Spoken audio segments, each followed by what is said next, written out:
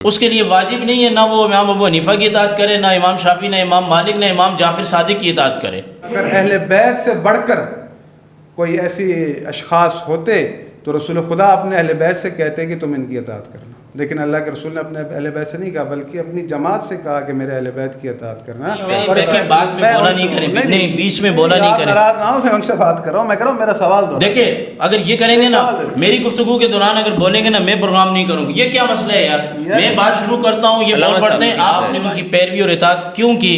تو آپ نے فرمایا اس لیے کی کہ رسول اللہ صلی اللہ علیہ وسلم نے اپنی علالت کے ایام میں جب ابو بکر رضی اللہ تعالیٰ عنہ کو آپ نے مصلی پر کھڑا کیا تو میں نے اسی دن سمجھ لیا کہ میری نماز کا مالک ابو بکر ہے تو میری حکومت کا اور معاملات کا مالک بھی ابو بکر ہوگا۔ یہ مولا کائنات کا اپنا بیان ہے۔ تو اگر یہ کہہ رہے ہیں نا کہ امام معصوم کا کوئی کانسیپٹ ہی نہیں ہے، اگر امام معصوم کا کوئی کانسیپٹ نہ ہوتا، ایک عام شخص یہ کام کر سکتا ہوتا، تو خدا کی قسم اللہ کے نظام میں رسول خدا کی وصیت میں امام مہدی نہ ہوتے۔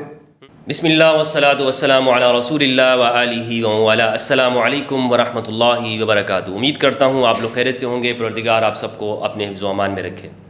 میرا نام ہے فضل ہمدرد اور میں انٹرفیتھ ہارمنی بین المذاہب ہم آہنگی کے اوپر کام کرتا ہوں۔ میرا مقصد یہ ہے کہ پاکستان کے اندر موجود مختلف مذاہب اور مسالک کے لوگ باہم مل جل کر رہیں اور ہمارے درمیان میں جو اختلافات موجود ہیں انہیں ہم علمی طور پر حل کر کے ایک دوسرے کو سمجھ سکیں۔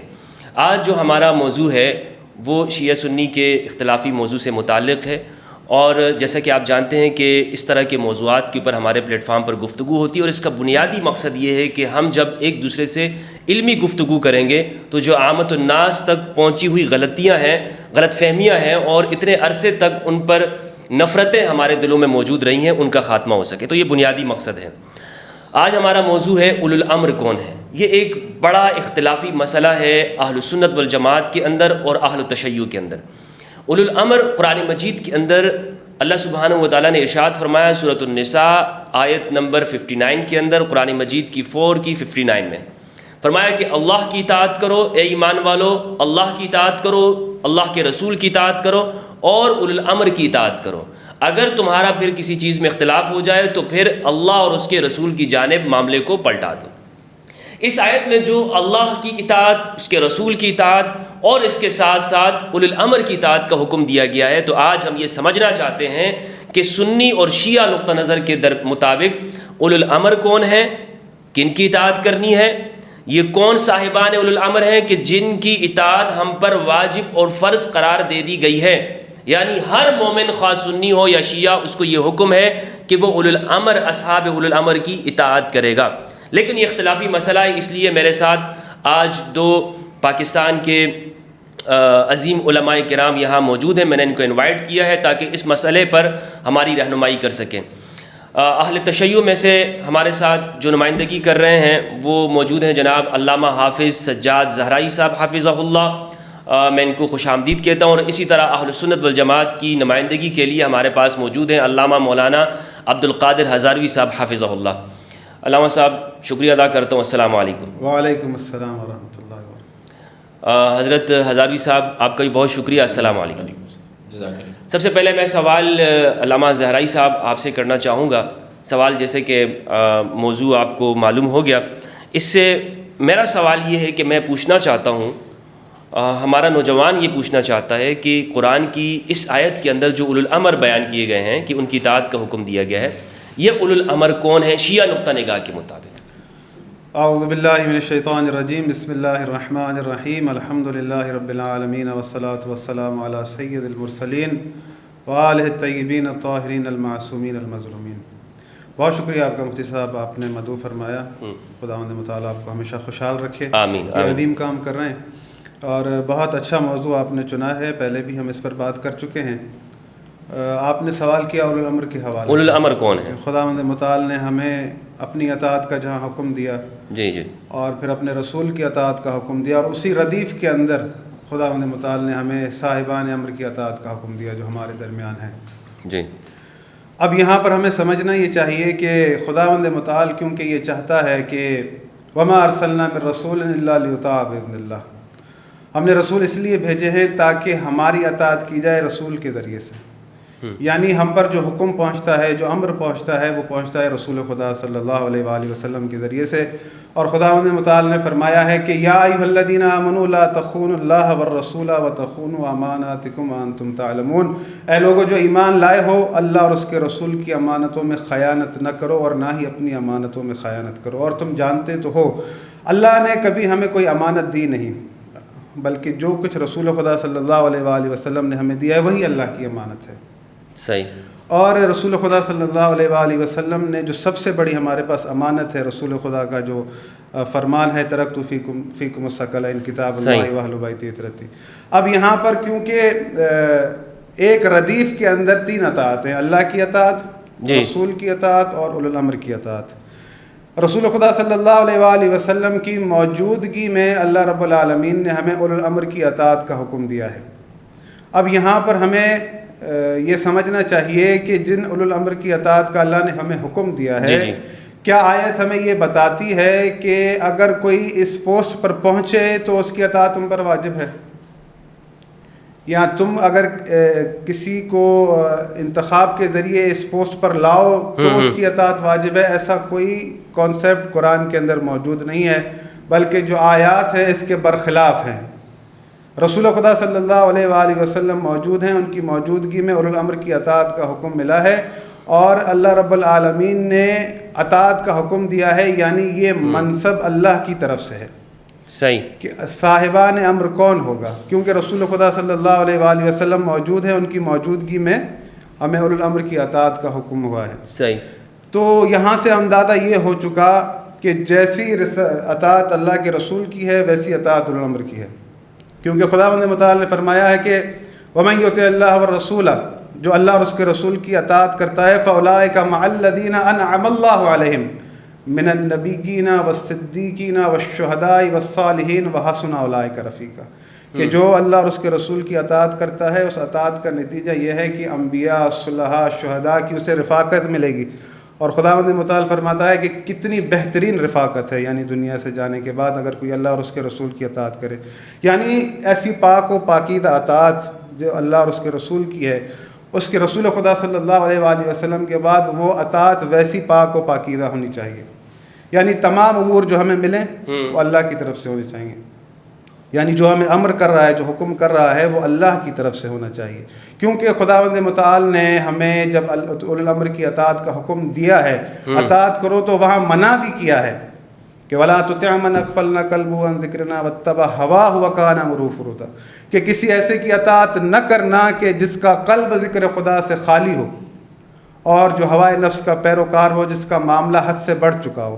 یہاں پر جب اللہ رب العالمین ہمیں منع کر رہا ہے کہ کسی ایسے کی اطاعت مت کرنا کہ جس کا قلب ذکر خدا سے خالی ہو، یعنی یہ وہ اولو الامر نہیں ہو سکتا، ایسا شخص جس میں یہ کوالٹی پائی جائے. وَلَا تُطِعْ مَنْ أَغْفَلْنَا قَلْبُهُ عَنْ ذِكْرِنَا، یہ سورہ کہف کی آیت نمبر 28 کا آخری حصہ ہے. اس کے بعد خداوند متعال نے فرمایا وَلَا تُطِعْ مِنْهُمْ عَاصِمًا وَكَفُورًا، کسی گناہ گار کی اطاعت نہ کرنا. تو یہاں پر گناہ گار کی اطاعت سے منع کیا جا رہا ہے. جس کا قلب ذکر خدا سے خالی ہے اس کی اطاعت یعنی کرنے سے منع کیا جا رہا ہے، اور وہ شخص جو گناہ گار ہے. یعنی یہاں سے پتہ چلا کہ جس کی اطاعت کا ہمیں حکم ہے وہ یعنی اس منصب پر ہے کہ جس طرح رسول خدا صلی اللہ علیہ وآلہ وسلم گناہ و اشتباہ سے پاک ہے، اسی طرح وہ بھی گناہ و اشتباہ سے پاک ہے. صحیح. یعنی وہ معصوم ہونا چاہیے. آپ کے کہنے کا مقصد یہ ہے گناہ اس سے سرزد نہ ہو. کیونکہ دیکھیں اللہ میں پہلے بھی ان باتوں کو دہرا چکا ہوں، مجھے پہلے تو ماضی میں جواب نہیں ملا، امید کرتا ہوں ملے شاید. یہ بات آپ ہمیشہ لکھ لیں، اللہ کبھی بھی آپ کو کسی ایسے کی اطاعت کا حکم دے ہی نہیں سکتا جو گناہ گار ہو. کیوں؟ یہ سوال بنتا ہے نا کہ کیوں ایسا کیوں؟ کیونکہ اللہ رب العالمین اگر آپ کو گناہ گار کی اطاعت کا حکم دے گا تو آپ کا پورا دین اسلام سوالیہ نشان اٹھ جائے گا اس میں. اچھا، یعنی کیونکہ جب اللہ نے آپ پر واجب کیا ہے اطاعت کو تو وہ آپ سے ضرور پوچھے گا کہ میں نے تم پر واجب کی تھی، اور اللہ رب العالمین نے یہ کہا ہے کہ یوم ندعو کل اناس بامامہم. اچھا علامہ صاحب، اس میں ایک چیز جو ہے نا وہ کنفیوز کرتی ہے، وہ یہ ہے میں پھر ہزاروی صاحب کے پاس جاتا ہوں سوال لے کر. جی آپ ذرا یہ بتائیے گا کہ یہ جو گناہ ہے یہ کس درجے کا ہو؟ کیونکہ گناہ سے تو کوئی بشر محفوظ نہیں ہے، گناہ تو ہر بندے سے ہوتا ہے. دیکھیں ایک چیز جو عصمت کی اگر بات آ رہی ہے یہاں پر، تو امام جعفر صادق علیہ الصلوۃ والسلام کے ایک شاگرد تھے حشام بن حکم، اللہ رب العالمین نے ان کو ایسا علم دیا تھا، وہ ایسے یعنی ولایت کے ایسے یعنی دفاع کرتے تھے کہ اس قدر عزت تھی، امام بھی اس کے لیے اٹھ کے کھڑے ہوتے تھے جب وہ آتا اللہ اکبر. اچھا. تو حشام سے کسی نے پوچھا کہ امام معصوم ہوتا ہے؟ اس نے کہا ہاں. کہا کس چیز کے ذریعے ثابت کیا جائے کہ امام معصوم ہوتا ہے؟ تو اس نے کہا کہ ہر گناہ کی منشا، ہر گناہ کی ابتدا 4 چیزوں پر ہے: حسد، حرص، غضب، شہوت. یہ چاروں چیزیں امام میں نہیں ہوتی. صحیح. یعنی آپ یہ کہنا چاہتے ہیں کہ ائمہ ان کے اندر یہ جو گناہ پیدا کرنے والی جو اوصاف ہیں وہی نہیں ہے. وہ نہیں ہے. کیوں؟ دیکھیں حسد وہ کرے، حسد بندہ جب کرتا ہے کہ جب اس سے بڑا عہدہ کسی کے پاس ہو. امامت سے بڑا کوئی عہدہ ہی نہیں ہے. حرص، اس سے امام پاک ہے. ٹھیک ہے. کہ کسی چیز کا حرص کرے، دنیا کی طمع کرے. دوسرا شہوت، یہ اس کی بھی نہیں ہے، کیونکہ وہ آخرت کو دیکھ رہے ہوتے ہیں. زندگی جاویدان کو دیکھ رہے ہوتے ہیں کہ جو ہمیشہ کے لیے، وہ کبھی بھی دنیا کی زندگی کو آخرت کی زندگی پر فوقیت نہیں دے سکتے. چلیں قبلہ، میں علامہ ہزاروی صاحب کے پاس چلتا ہوں. علامہ صاحب، میرا آپ سے سوال یہ ہے کہ جس طرح انہوں نے بتایا کہ اہل تشیع کے نزدیک الامر اس آیت کی تفسیر میں انہوں نے بتایا، اس کی ڈیفینیشن بتائی، تو میں پوچھنا چاہوں گا کہ اہل سنت والجماعت کے ہاں اس آیت کی تفسیر کیا ہے اور الامر کون لوگ ہیں؟ بسم اللہ الرحمن الرحیم. یا ایہا الذین آمنوا اطیعوا اللہ واطیعوا الرسول واولی الامر منکم ولو ردوہ الی الرسول والی اولی الامر لعلمہ الذین منہم لیستنبطون. صدق اللہ مولانا العظیم وصدق رسولہ النبی الکریم. ونحن علی جملے آیت کے جو ہے نا آگے پیچھے ہو گئے، لعلمہ الذین یستنبطون. کوئی ایشو نہیں ہے، ٹھیک ہے.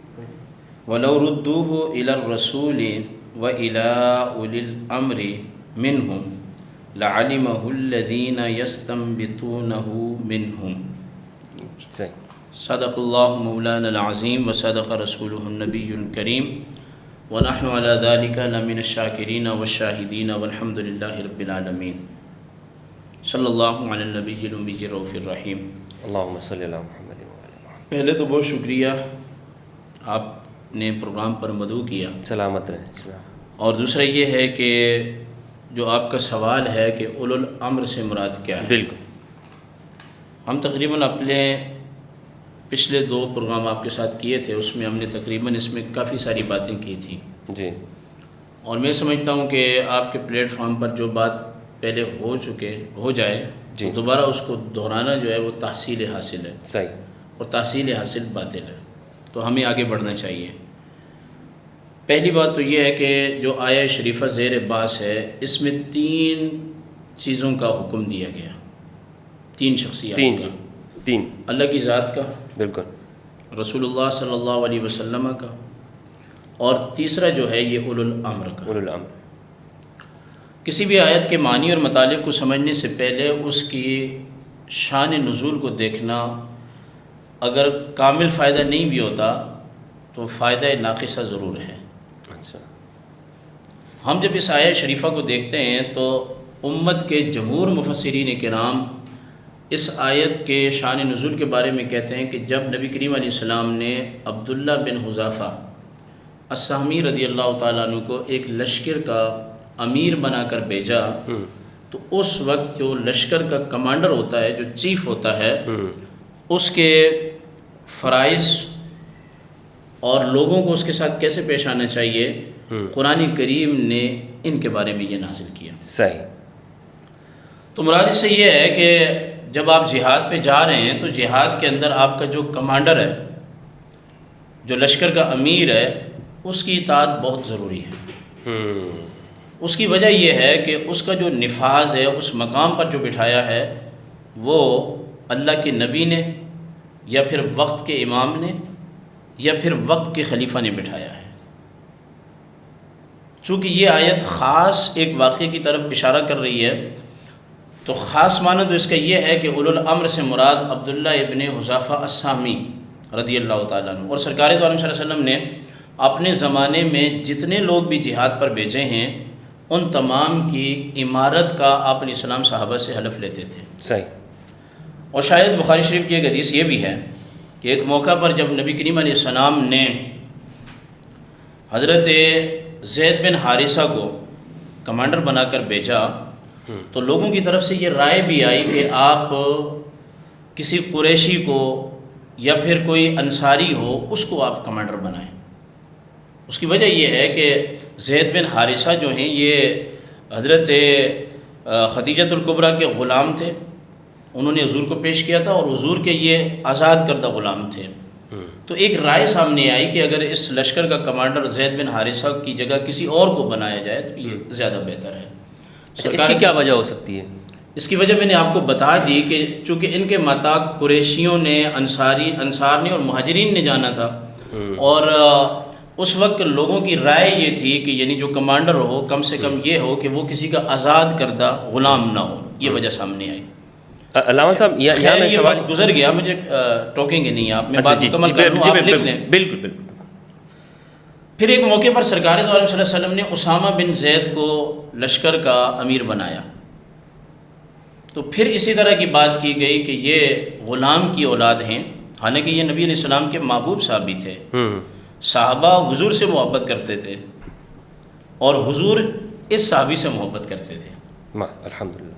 یہ بخاری اور مسلم کی متفق علیہ روایت ہے. تو سرکار دو عالم صلی اللہ علیہ وسلم نے فرمایا کہ تم نے پہلے بھی اس کے والد کے بارے میں رائے دی تھی جی, مگر تمہاری رائے قابل قبول نہیں ہے.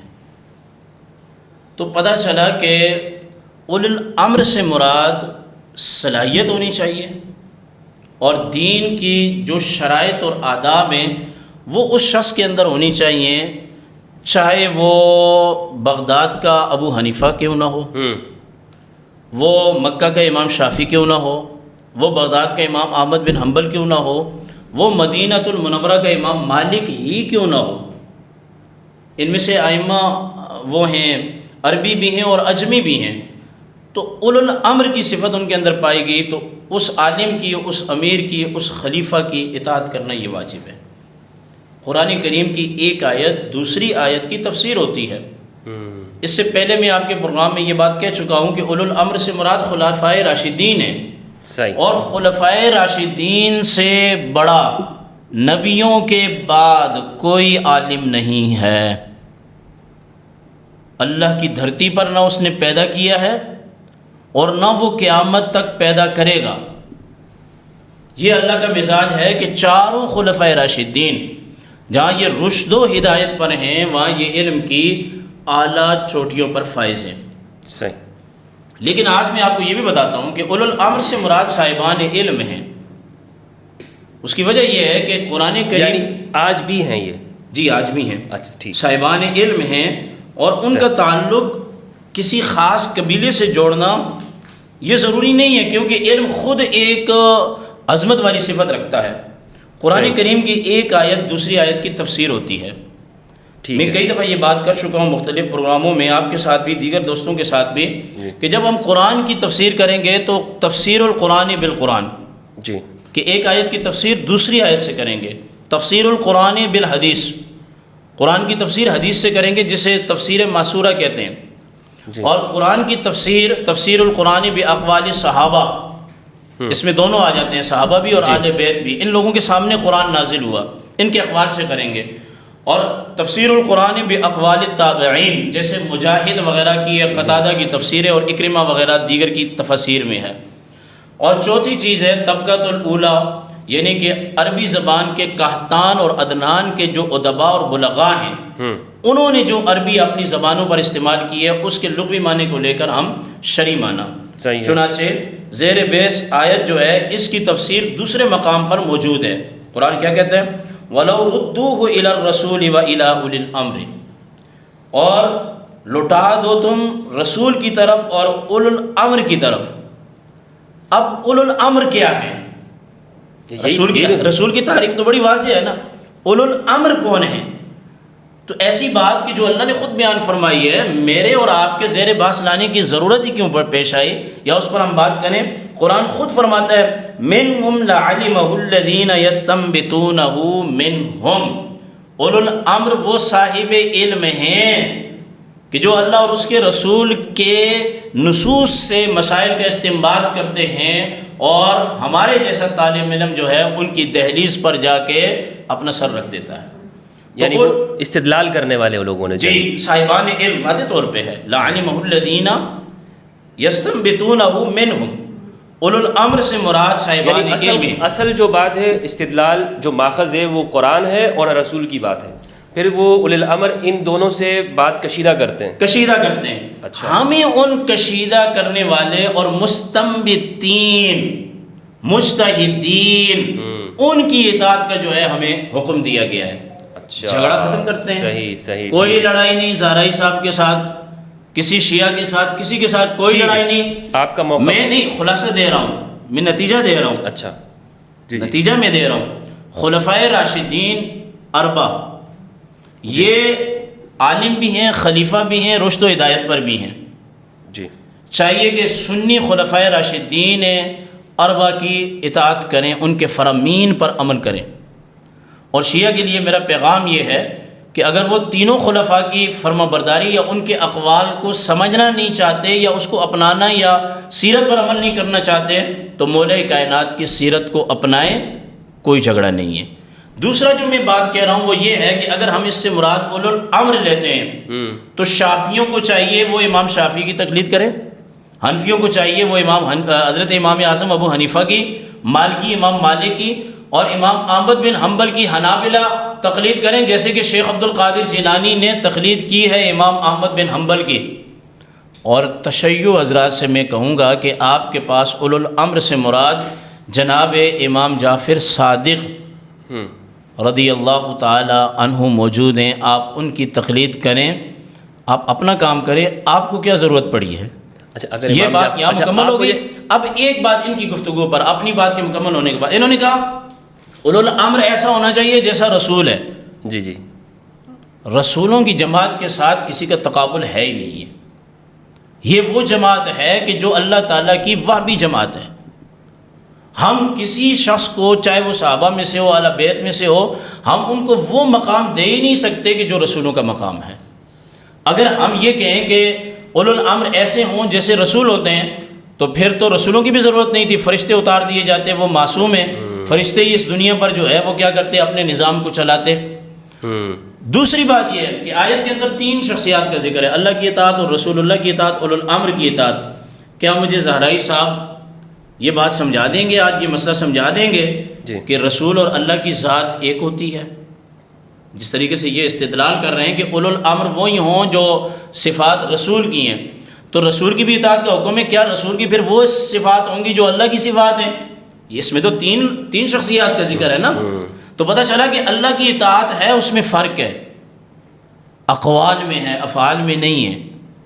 رسول اللہ کی اطاعت اقوال میں بھی ہے، افعال میں بھی ہے، سکوت میں بھی ہے۔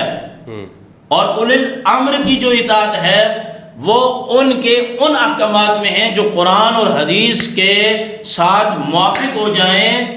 اگر ان میں تباین کی نسبت پائی گئی تو ہم کسی اولو الامر کو پھر نہیں مانیں گے۔ یعنی اولو الامر کا جو حکم ہے وہ اللہ اور اس کے رسول کے موافق ہونا چاہیے۔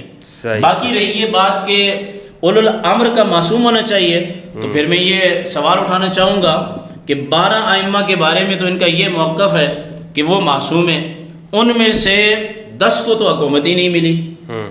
امام علی رضی اللہ تعالیٰ عنہ، امام حسن کو تو حکومت ملی ہے، باقی کو حکومت نہیں ملی۔ اچھا، وہ سب کے سب دنیا سے سن لیں، یہ آخری بات، وہ سب کے سب اس دنیا سے چلے گئے ہیں، تو اب شیعہ کس کی اطاعت کرتے ہیں؟ اگر یہ بولتے ہیں کہ امام غیب کی اطاعت کرتے ہیں تو بھائی اسلام کے اندر تو ظاہر کی اطاعت کا حکم ہے، کون کہاں ہے اس کی اطاعت کا تو حکم ہی نہیں ہے۔ اللہ صاحب، میں یہاں پر ایک سوال کرنا چاہوں گا۔ آپ نے امام جعفر صادق علیہ السلام کی بات کی، اگر مثال کے طور پر میں اپنی سمجھ کے لیے پوچھنا چاہتا ہوں، اگر کوئی شخص آج امام جعفر صادق کی تقلید کرتا ہے، ان کی فقہ پہ عمل کرتا ہے، تو یہ ٹھیک ہے؟ ٹھیک ہے، ہم اسے غلط نہیں کہتے، فقہی تقلید ٹھیک ہے۔ اچھا، تو وہ کیسے معلوم ہوگی کہ یہ شخص وہ کہاں لکھی ہوئی ہے؟ وہ کہاں لکھی ہوئی ہے؟ وہ آج تک یہ 5 مسالک بنے ہوئے ہیں فقہ کے, ابھی تک آپ کو پتہ نہیں چلا کہاں لکھا ہوا ہے. اگر ایک عام بندہ پوچھے گا کہ بھائی وہ کدھر ہے, جیسے مجھے یہ پتا ہے کہ امام اچھا اعظم پھر میں یہ بھی بتا دوں آپ کی وساطت سے آج میں وابیان کو بھی بتا دینا چاہتا ہوں. اگر آپ جواب نہیں دینا چاہتے نہیں میں بتا دینا چاہتا ہوں, جو تکڑا عالم ہوتا ہے جس کے اندر خود صلاحیت ہو کہ وہ قرآن اور حدیث سے مسائل اخذ کر سکے, اس کے لیے واجب نہیں ہے نہ وہ امام ابو حنیفہ کی اطاعت کرے, نہ امام شافعی, نہ امام مالک, نہ امام جعفر صادق کی اطاعت کرے. جو بندہ خود قرآن اور حدیث سے اپنے مسائل کا حل فقہی طور پہ جانتا ہو, اگر وہ فقہی طور پر مسائل نکال سکتا ہے تو موسٹ ویلکم, وہ کرے اس پہ عمل, ہم اس کو منع نہیں کریں گے, مگر اتنا ضرور کرے کہ قرآن اور حدیث کا اس کو اتنا علم ہو کہ اگر کوئی اس کو حبر الامہ کا بھی لقب دے تو پھر وہ لقب اس پر سیٹ آئے.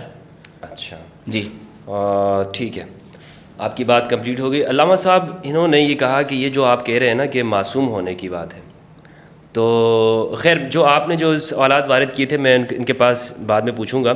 انہوں نے کہا کہ اگر آپ اس طرح کہتے ہیں تو پھر تو آپ یہ کیسے کہیں گے کہ اس میں تو رسول کو الگ کہا گیا, اللہ کو الگ اس آیت کے اندر کہا گیا ہے, تو کیا پھر آپ رسول کو اللہ کے برابر سمجھیں گے؟ یہ جو آپ یہ کہتے ہیں نا کہ اولو الامر معصوم ہونے چاہیے, یہ آپ کا قیاس یہ درست نہیں ہے, اس آیت کے اندر آپ غلط سمجھ رہے ہیں, اس کا کیا جواب ہے؟ بسم اللہ الرحمن الرحیم. دیکھیں حضرت زکریا علیہ السلام بوڑھے ہو گئے تھے, انہیں اولاد نہیں تھی جی, تو لوگ تو اور بھی کئی موجود تھے. انہوں نے اللہ رب العالمین سے درخواست کی کہ یارثنی ویرث من آل یعقوب, تو اللہ رب العالمین نے جب وارث مانگا اپنا تو وہ وارث چاہتے تھے اپنے علم کا, اپنے نبوت کا, اپنے دین کا. تو اللہ رب العالمین نے فرمایا کہ یا زکریا انا نبشرک بغلام اسمہ یحییٰ, کہ میں تمہیں یحییٰ کی بشارت دیتا ہوں. پھر خداوند متعال نے کہا کہ یا یحییٰ خذ الکتاب بقوۃ وآتیناہ الحکم صبیّا, کہ کتاب کو مضبوطی سے تھامو اور ہم نے اسے لڑک پن میں دانائی عطا کی تھی. تو یہ انبیاء کی سنت ہے کہ وہ اپنے بعد اپنے لوگوں کے لیے اللہ کی طرف سے چاہتے تھے کہ ان کی رہنمائی کے لیے ایسا حکیم و دانا جو دین کو جانتا ہو, جو تمام امور کو سمجھتا ہو, وہ شخص میسر ہونا چاہیے. ایک تو یہ چیز. اور اللہ رب العالمین کی سنت یہی رہی ہے حضرت آدم سے لے کر کے وہ نبیوں کے بعد انبیاء کے وارث بنائے. میں یہ ساری باتیں آپ کے سامنے کلیئر کر چکا ہوں کہ جب بھی نبی بنایا یا تو نبی کے بھائی کو بنایا, نبی کے بیٹے کو بنایا, یا ذریت میں سے رکھا آگے چل کر. اور یہ تمام کی تمام چیزیں اللہ رب العالمین جو ذریت انبیاء میں ہدایت والے تھے انہوں میں یہ مخصوص رکھی کہ صرف وہی لوگ اس منصب کو پہنچیں گے. تو یہ بات کہنا کہ اللہ رب العالمین تو تمام جہان کا خالق ہے, اس نے ہمیں دنیا میں بھیجا ہے, وہ یہ چاہتا ہے اس دنیا میں ہم اس کے حکم کی پیروی کریں, اس کی اطاعت کریں. کس کے ذریعے؟ رسول کے ذریعے. صحیح ہے. یہ بات اللہ جو چاہتا ہے ہم سے, ہم اللہ کی اطاعت کریں رسول کے ذریعے. جب رسول دنیا سے جائیں تو اللہ کی طرف سے جو نظام ہے اس کی بات ہو رہی ہے. یہاں پہ اللہ کے ساتھ جوڑنا یہ سوال بنتا نہیں ہے اصل میں, کیونکہ ہم یہ کہہ رہے ہیں. نہیں, آپ یہ کہہ رہے ہیں نا کہ معصوم ہو, اولی الامر معصوم ہو, رسول بھی معصوم ہے, تو آپ نے تو ملا دیا, ایک کر دیا. میں بتا رہا ہوں نا, میں کہہ رہا ہوں کہ وہ جو سوال یہ کر رہے ہیں نا اللہ سے ملانے والا, وہ یہ کہہ رہا ہوں کہ نبی کو اللہ سے ملانا, اللہ سے ملانا, یہ کہہ رہا ہوں کہ سوال بنتا نہیں ہے. صحیح ہے. رسول کو اولو الامر سے ملانا یہ تو بنتا ہے, رسالت کو امامت سے ملانا یہ تو بنتا ہے, لیکن رسالت کو اللہ سے ملانا یہ بنتا نہیں, الوہیت سے ملانا ہاں یہ بنتا نہیں ہے اصل میں. سوال پہلی بات یہ ہے. دیکھیں میں رسول خدا صلی اللہ علیہ وآلہ وسلم جب مبعوث ہوئے تھے تو رسول خدا صلی اللہ علیہ وآلہ وسلم تمام امور کو سنبھالتے تھے. حکومت بھی انہوں نے کی, بازار کے اندر جو چیزیں بکتی تھی ان کی قیمت بھی رسول خدا کنٹرول کرنے کے لیے لوگ رکھے ہوئے تھے, تمام کے تمام امور کو دیکھتے تھے. اور اللہ رب العالمین نے مطلقاً ان کی اطاعت واجب کی اور کہا ہے کہ تم مومن ہو ہی نہیں سکتے کہ جب رسول تمہارے درمیان کوئی فیصلہ کریں اور تم بغیر کسی چوچرا کے اسے قبول کرو تو پھر تم مومن بنو گے. اس کے علاوہ مومن کا ٹائٹل ہی کسی کو نہیں ملے گا. تو جب سب کچھ جو کچھ ہے وہ ہے وَيُسَلِّمُ تسلیمہ, رسول کے آگے تسلیم ہونے کا. اسی لیے رسول خدا صلی اللہ علیہ وآلہ وسلم نے یہ میں ساری باتیں جو ہے آپ کے سامنے واضح کر چکا ہوں, امت کے لیے ایک نظام دیا ہے کہ رسول خدا صلی اللہ علیہ وآلہ وسلم کی زبان سے یہ کلمات جاری ہوئے. ہم اپنی طرف سے گھر سے بنا کر یہ چیزیں نہیں لائے کہ رسول خدا نے فرمایا ترکت فیکم خلیفتین, ترکت فیکم الثقلین, اگر تم ان سے متمسک رہو گے گمراہ نہیں ہوگے. رسول خدا صلی اللہ علیہ وآلہ وسلم کی دی ہوئی ضمانت ہے. اور رہی بات دیکھیں قرآن کی جب آپ تفسیر کرتے ہیں, جب قرآن کی آپ بات کرتے ہیں اور آپ مثال کے طور پر اسے کسی بھی وقت کے لیے مشخص کرتے ہیں, معین کرتے ہیں, تو اس کے پیچھے آپ کے پاس ایک استدلال ہونا چاہیے. اللہ رب العالمین آج اس دور کے اندر اگر آپ اولو الامر والی آیت پڑھیں گے اور اللہ رب العالمین نے کہا ہے کہ اولو الامر کی اطاعت واجب ہے, تو آپ کو یہ پتہ ہونا چاہیے آپ کو رسول خدا نے کہا تھا کہ من لم یعرف امام زمانہ مات میتۃ جاہلیہ. تو رسول خدا نے آپ سے کہا تھا کہ اگر تم اپنے وقت کے امام کی معرفت کے سوا دنیا سے جاؤ گے تو جاہلیت کی موت مرو گے. تو یعنی پتہ چلا کہ اللہ کے رسول جس کے لیے کہہ رہے ہیں امام کے لیے کہ اسے نہ پہچانا تو جاہلیت کی موت مر گئے, تو ہمیں یہ پہچاننا ہے کہ یہ قرآن والا ہی اولی الامر ہے جس کی ہمیں اللہ نے اطاعت واجب کی ہے. تو جس کی معرفت کے سوا اگر انسان دنیا سے جائے جاہلیت کی موت مر جائے تو وہ شخصیت انسان کے لیے ضروری ہے کہ اسے تلاش کرے. اب اگر آپ اس کو تلاش کریں گے وہ شخصیت آپ کو کہاں ملے گی؟ وہ آپ کو رسول خدا کی وصیت میں ملے گی. رسول خدا کی وصیت یہ تھی کہ میرے بعد میرے 12 جانشین ہیں, میرے 12 خلفاء ہیں, 12 امیر ہیں, میں تم میں کتاب اور اہل بیت چھوڑے جا رہا ہوں. کس سے کہہ رہے ہیں؟ اپنی جماعت سے کہا ہے. تو یہ باتیں جو ہے ہم نے بارہا دہرائی ہیں. اور جو دیکھیں کہ مثال کے طور پہ عقیدے کی بات ہے تو جہاں میں ذاتی رائے تو قبول نہیں کروں گا نا. میں اگر میرے برابر میں کوئی اہل سنت بیٹھا ہے, آپ بھی اہل سنت ہیں, تو میں تمام علماء اہل سنت جن کا اجماع ہے اس بات پر کہ اولو الامر جو ہے وہ ہر دور کے اندر ہے اور جو حاکم بنتا ہے وہی اولو الامر ہے. میں نے اس چیز کو واضح کر دیا کہ اللہ نے یہ نہیں کہا کہ جو اس پوسٹ پر آ کر بیٹھے تو اس کی اطاعت میں نے تم پر واجب کی ہے. یہ تو قرآن میں کہیں پر آپ کو نہیں ملے گا. اللہ کہہ رہا ہے جو ہے موجود اس کی اطاعت کرو. تو کون مشخص کرے گا؟ آپ کو نماز بتانے کا طریقہ کس نے بتایا؟ اللہ نے تو کہا نماز پڑھو. پڑھنی کیسے؟ رسول خدا نے. رسول نے بتایا. حج کیسے کرنا ہے؟ رسول نے بتایا. قرآن میں کیا حکم ہے کہ حج کرو؟ کرنا کیسے؟ رسول خدا نے بتایا. تو جب یہ حکم اترا ہے تو رسول خدا بتائیں گے نا. تو رسول خدا کی وصیتیں آپ کے پاس موجود ہیں. اگر رسول خدا صلی اللہ علیہ وآلہ وسلم نے اگر دیکھیں نا, اگر کیونکہ رسول خدا آئے دنیا میں لوگوں کو ظلمات سے نکال کے نور میں داخل کرنے کے لیے, اگر اہل بیت سے بڑھ کر کوئی ایسی اشخاص ہوتے تو رسول خدا اپنے اہل بیت سے کہتے کہ تم ان کی اطاعت کرنا. لیکن اللہ کے رسول نے اپنے اہل بیت سے نہیں کہا بلکہ اپنی جماعت سے کہا کہ میرے اہل بیت کی اطاعت کرنا. اور اس اہل بیت کے اندر اشخاص کون ہیں؟ وہ اشخاص کہ یا علی انت قسیم الجنہ والنار. مومن فقط وہ ہے جو علی سے محبت کرے. منافق کی نشانی یہ ہے کہ جو علی سے بغض و عداوت رکھے. حسن حسین جنت کے جوانوں کے سردار, اور ان کے بعد جو ان کی اولاد ہے رسول خدا صلی اللہ علیہ وآلہ وسلم نے قیامت تک کی جو ہے نا وصیت کی ہوئی ہے. اب یہاں پر دیکھیں بات یہ ہے کہ جب 11 امام بے دردی سے شہید کیے گئے اور لوگوں کو ایک راہ دی گئی کہ بھئی جو حاکم وقت بنتا ہے اس کی اطاعت اللہ نے واجب کی ہے. کیا یزید کے ارد گرد علماء موجود نہیں تھے؟ لوگوں سے نہیں کہتے تھے کہ اس کی اطاعت اللہ نے واجب کی ہے؟ اس کے حجاج بن یوسف کے ارد گرد علماء موجود نہیں ہوتے تھے جو کہتے تھے کہ اس کی اطاعت اللہ نے واجب کی ہے؟ کون سے علماء ہوا کرتے تھے؟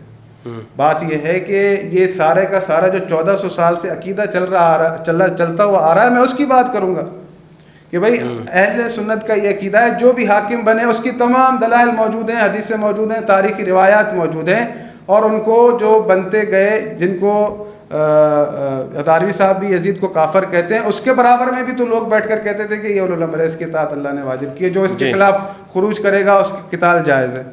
تو یہ ساری چیزیں جو ہیں جو عمل آپ کے سامنے گزرا ہے, جو تاریخ گزری ہے, آپ اس سے جو ہے نا منہ نہیں پھیر سکتے.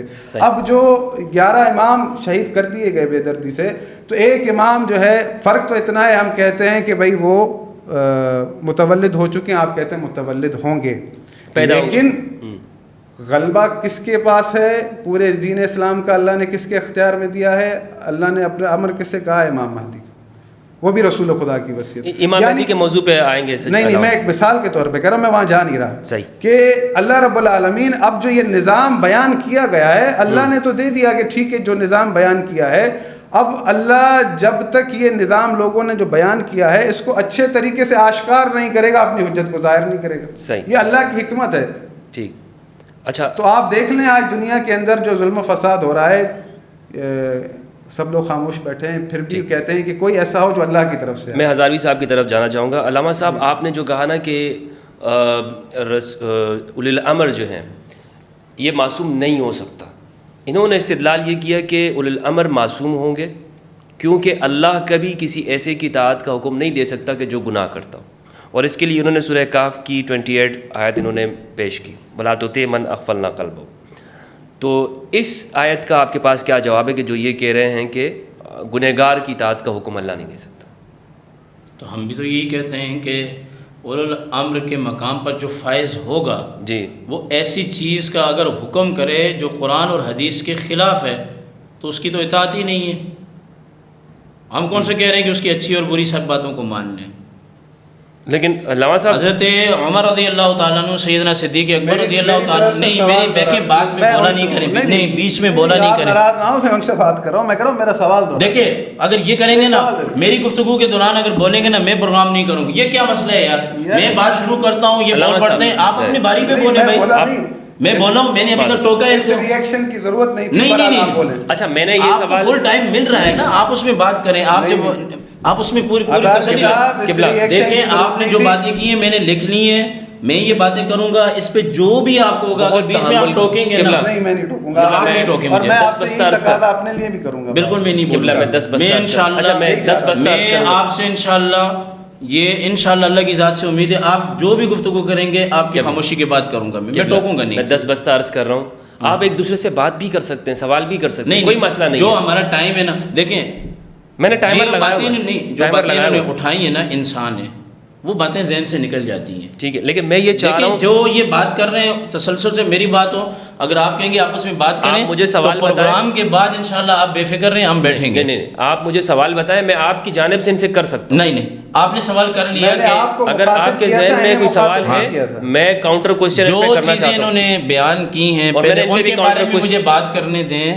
پھر اس کے بعد یہ بات کریں. اور میں نے ان پہ بھی کاؤنٹر کوشچن کیا جو ابھی کافی میرا وقت جو ہے نا وہ آپ نے لے لیا. آپ کا سوال یہ تھا من اغفلنا قلبہ، یہی سوال تھا نا، تو اس کا میں جواب بنیادی مقصد یہ ہے کہ اللہ کسی گنہگار کی اطاعت کا حکم نہیں دے سکتا. ہاں نہیں، یہ ان کا مدعا ہے، یہ ان کا مدعا ہے، میں سمجھ گیا.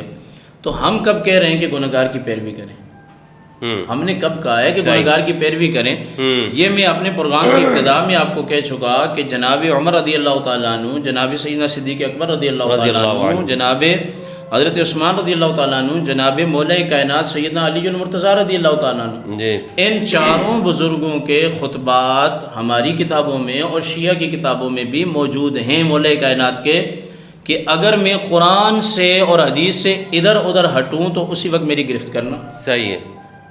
تو پتہ چلا کہ مولا کائنات کا یہ کہنا، ان بزرگوں کا یہ کہنا کہ اگر ہم ہٹیں تو گرفت کرنا، اس سے پتہ یہ چلتا ہے کہ نبی کے علاوہ کسی سے امکان ہے. میں یہ نہیں کہہ رہا ان سے گناہ ہوتے ہیں، لیکن کیے تو نہیں ہے نا انہوں نے کوئی گناہ اس طرح کے، خلفائے راشدین کے کوئی گناہ تو موجود نہیں ہے. سنت کا مذہب یہ ہے کہ انبیاء علیہ السلام اور فرشتے گناہوں سے معصوم ہیں. یہ صفت فرشتوں کی ہے اور انبیاء علیہ السلام کی ہے.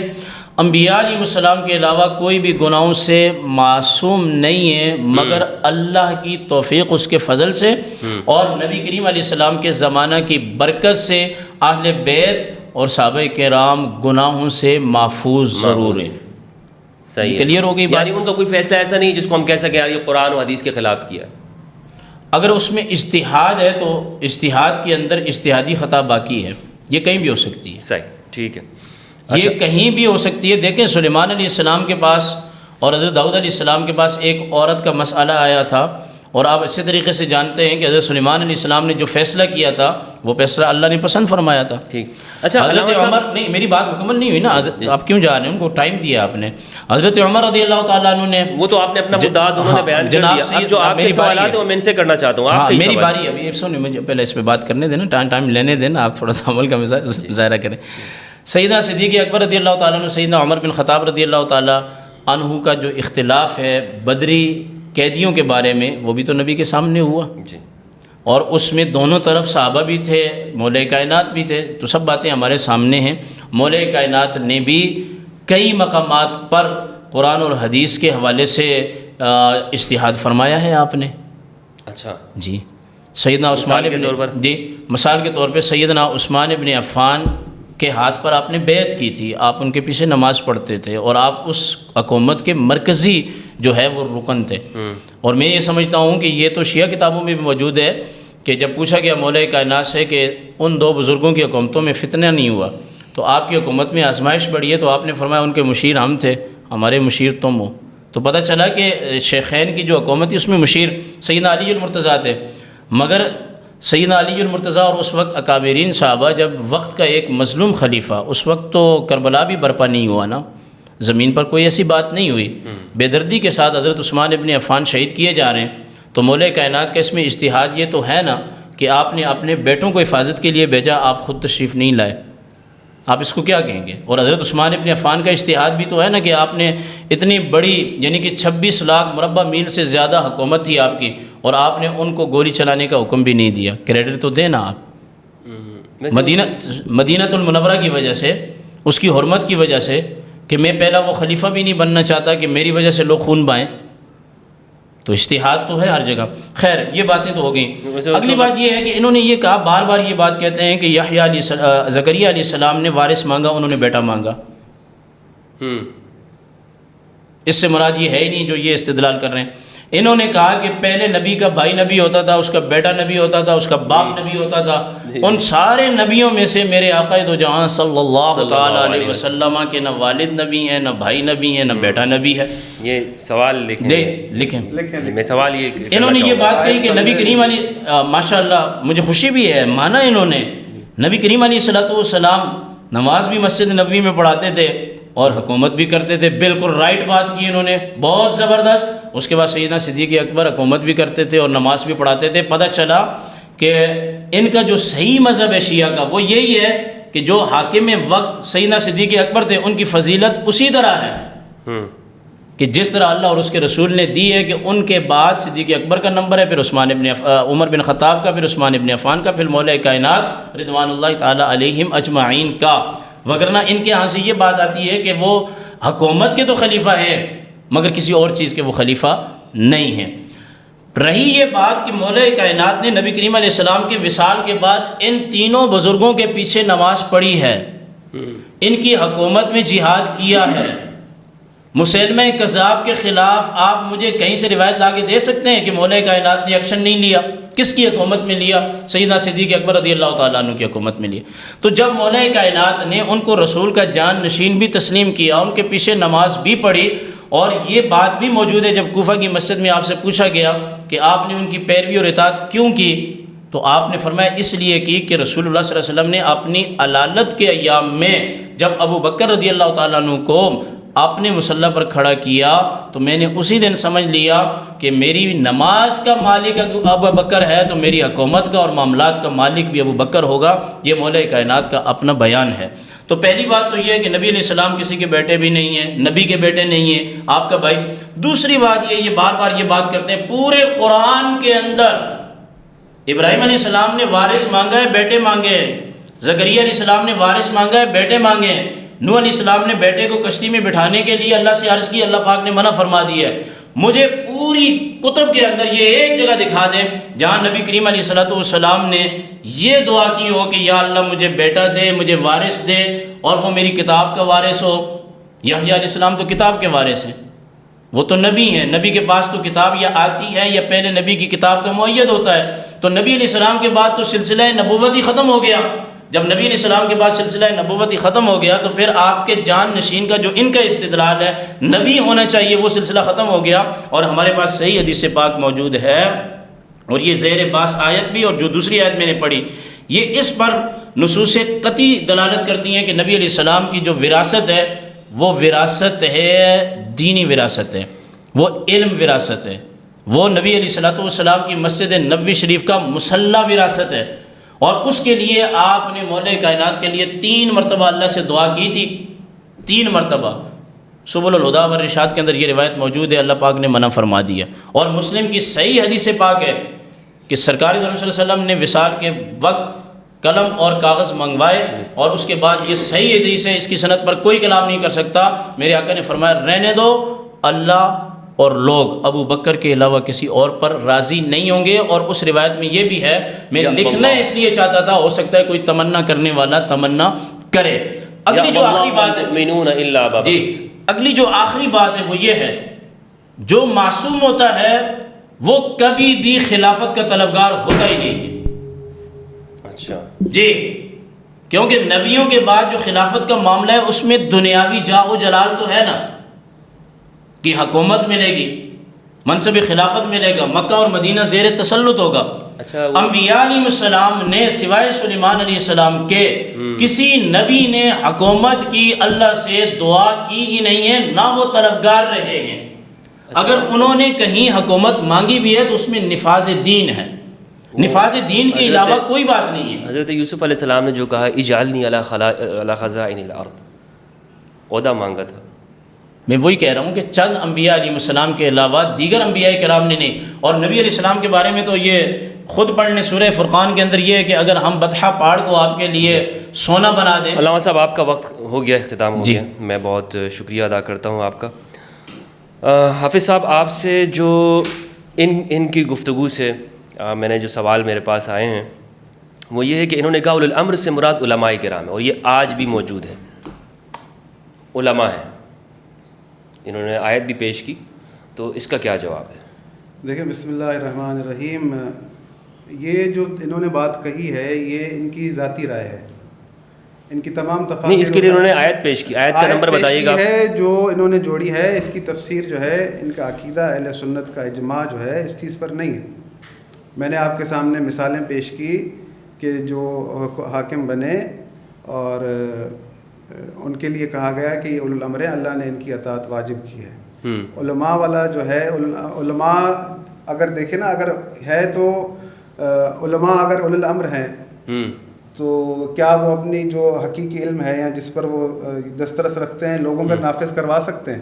نہیں کروا سکتے نا. بات یہ ہے کہ اللہ چاہتا ہے کہ میرا دین نافذ ہو، تو یہ کام وہ کرے گا جو اللہ کا نمائندہ ہے. اب میں ان کی ذاتی رائے کو تو قبول نہیں کر سکتا نا.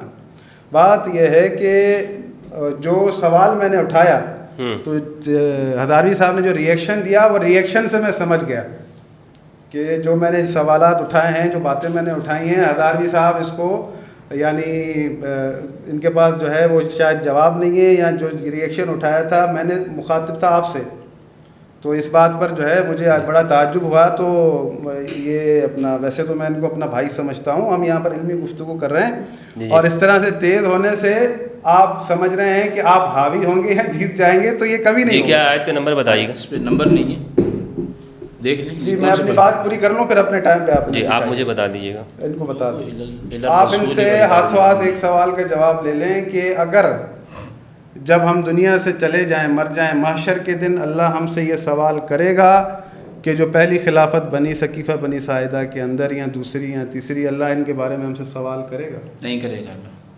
اللہ صرف آپ سے 3 سوال ہیں. من ربک، ما دینک، ما کنت تقول فی حق ھذا. آپ ان کی بات کو نوٹ کر لیں. صحیح. انہوں نے کہا کہ جی کیا فرمایا؟ اللہ ہم سے نہیں پوچھے گا کہ آپ نے حضرت ابوبکر کی خلافت کو مانا نہیں مانا. صحیح. انہوں نے کہا کہ اللہ نہیں پوچھے گا. یہ آپ لکھ لیں اپنے پاس. میں لکھ رہا ہوں. کسی کا نہیں پوچھے گا. نہیں پوچھے گا، یہ تو آپ کہہ رہے نا ایسے پوچھے گا کہ آپ ہمدردی آپ کے ساتھ کی ہے، اس میں میں تو کہتا ہوں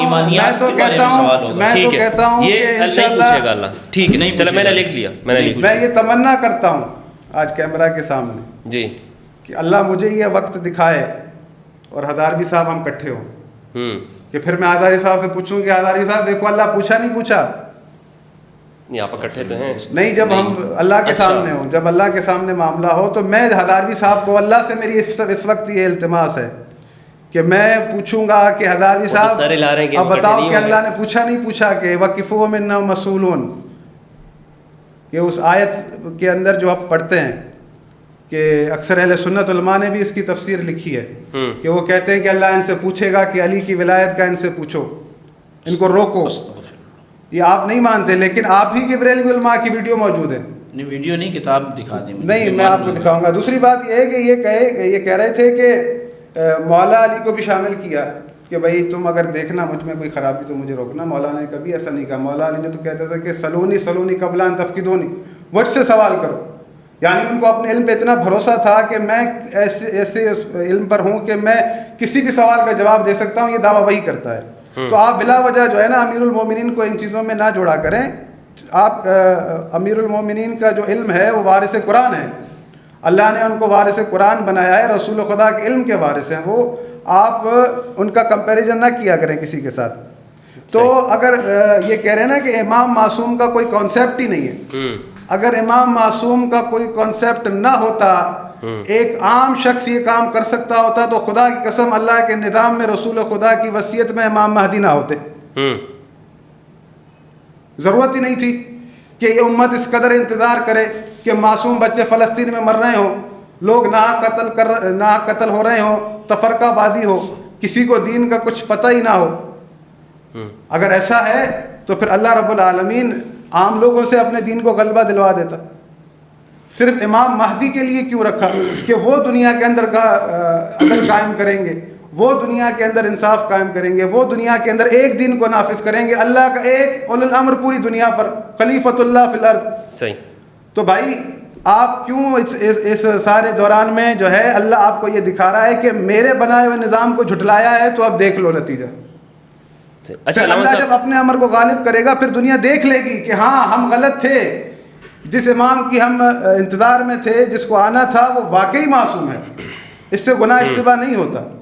تو بھائی اگر ایسا ہے تو یہ کانسیپٹ میں ہی چیز نہیں آتی نا، تو پھر بہت سارے لوگ موجود ہیں، بڑے بڑے علماء موجود ہیں، ساری امت اجماع کر کے بنا لے ان کو خلیفہ اور کہے کہ یہود و نصارہ پر سب صحیح ہے۔ یعنی آپ کے کہنے کا مقصد یہ ہے کہ یہ جو علماء اگر اولو الامر سے مراد لیں تو وہ تو اس کا کوئی رزلٹ نکلتا ہی نہیں ہے نا۔ بات یہ ہے کہ بات کہنے سے کافی نہیں ہوتی ہے نا، مقصد آپ عمل بھی تو ایک چیز نظر آنا چاہیے۔ اچھا علامہ صاحب، میرا سوال ہزاروی صاحب آپ سے، میرا یہ سوال یہ ہے، آپ بتائیے کہ آپ نے جو بات کی علماء والی، اسی سے میں آگے لے کے چلنا چاہتا ہوں۔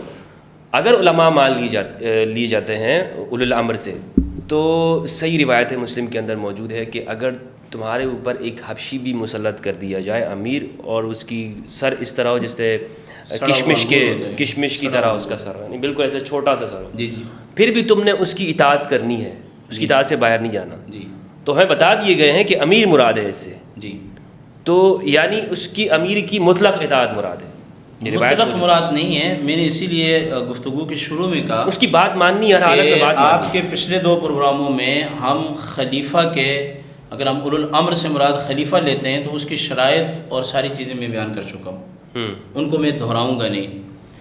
اولو الامر، جہاں تک امر کی بات ہے نا، یہ کہہ رہے ہیں کہ امر سے مراد کیا انہوں نے لیا کہ زبان سے نہیں بلکہ ان کے پاس طاقت ہو، ایسا انہوں نے لفظ استعمال کیا۔ امر قرآن کریم کے اندر قول کے معنی میں بھی آیا ہے، وما امر فرعون برشید۔ امر ایک ایسا معاملہ ہے کہ یہ اچھے کے لیے بھی آتا ہے، برے کے لیے بھی آتا ہے، یہ عربی زبان کا لفظ ہے۔ اولی الامر سے مراد کیا ہے کہ جس کے پاس علمی قبضہ ہے، سنیں، جس کے پاس علمی قبضہ ہے، فقہی قبضہ ہے، وہ پیاس بجھانے کے لیے اولی الامر سے مراد مجتہدین ہیں، وہ اولی الامر ہیں، وہ اولی الامر ہیں۔ کس میں؟ علم کے اندر۔ اس کے لیے ان کی حکومت ضروری نہیں ہے، اس کی حکومت ضرورت نہیں ہے۔ صحیح۔ اور اس سے میں ایک سیف راستہ دے رہا ہوں شیعہ برادری کو کہ آپ کے جو نظریات ہیں ان نظریات کے اندر، یعنی کہ یہ ان کو جواب بھی مل گیا کہ سوائے امام حسن کے اور مولا کائنات کے کسی اور کو حکومت، اور تیسرے امام مہدی علیہ السلام، حکومت نہیں ملی، تین حکومت نہیں ملی۔ امام مہدی تو ان کو حکومت مل گئی ہے، ان کا کیا نظریہ ہے؟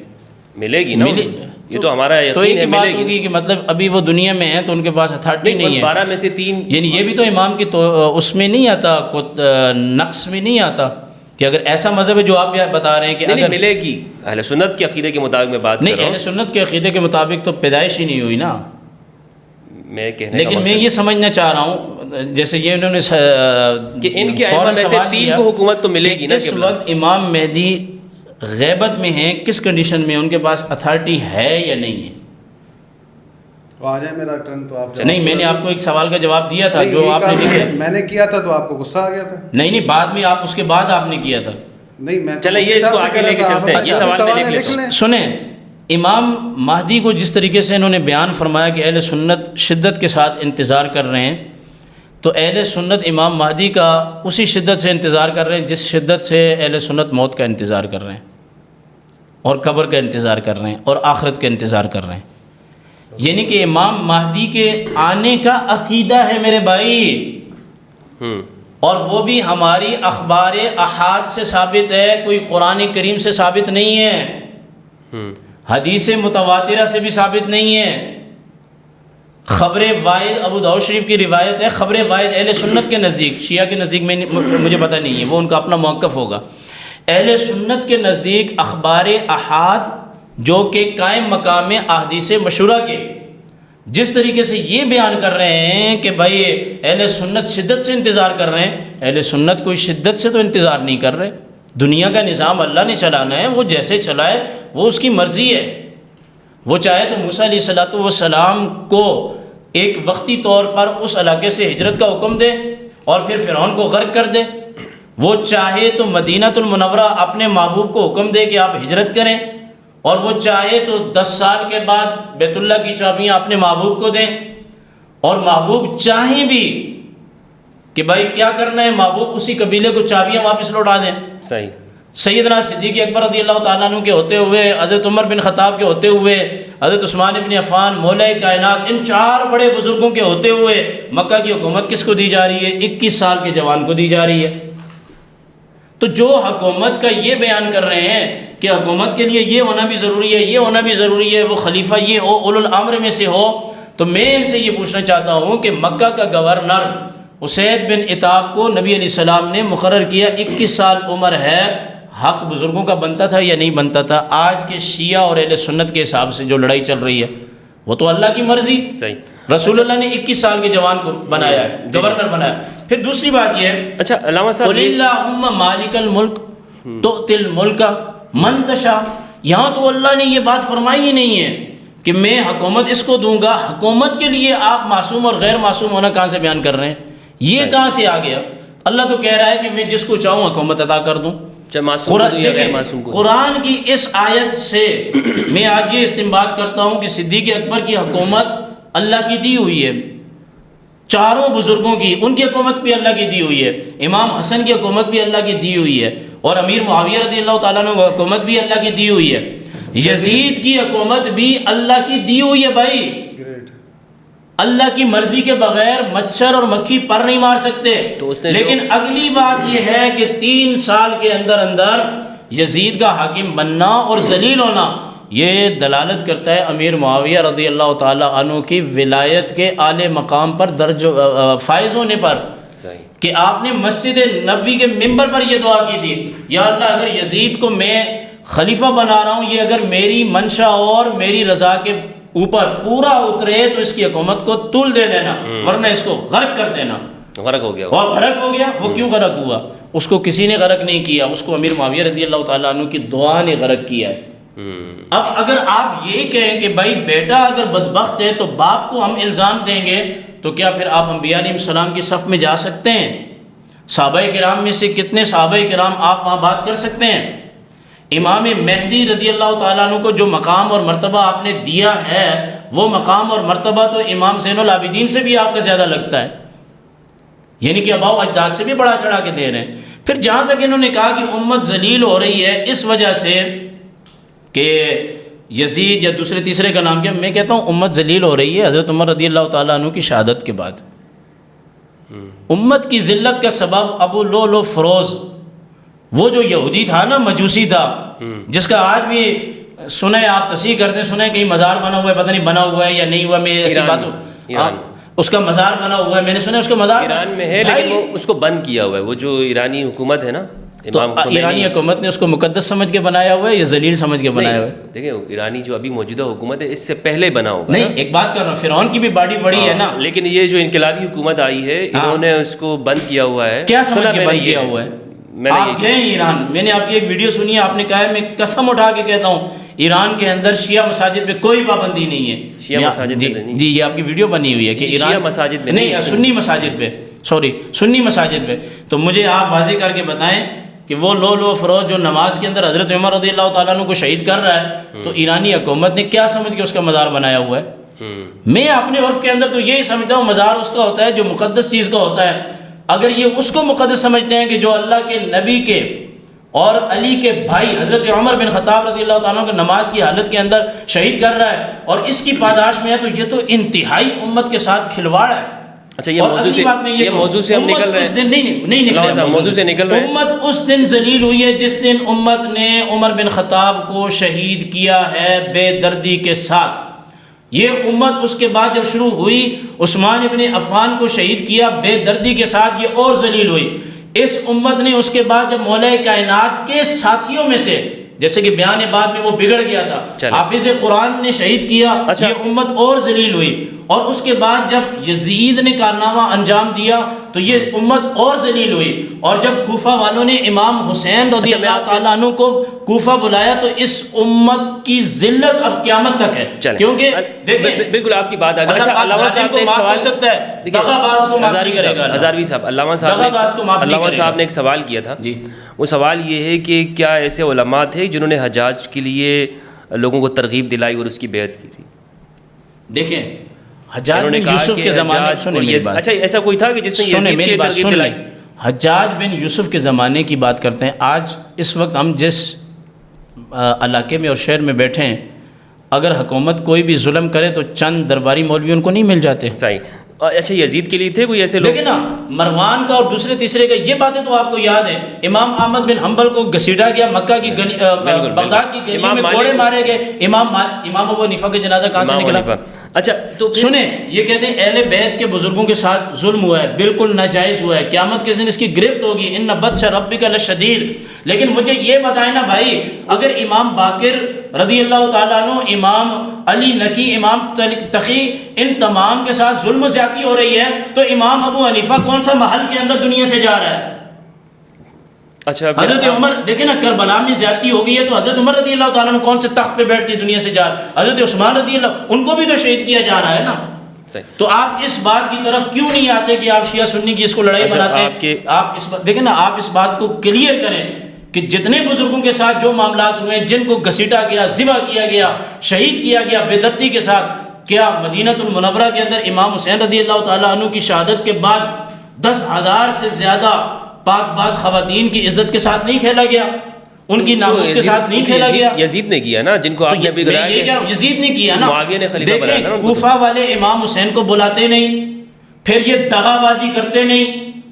لیکن امام حسین رضی اللہ, دیکھیں نا, امام حسین رضی اللہ تعالیٰ عنہ. آپ کا وقت ہو گیا علامہ صاحب, 15 منٹ پہ جا رہے ہیں. میں ایک سوال آپ کی اسی میں سے آپ کرنا چاہوں گا.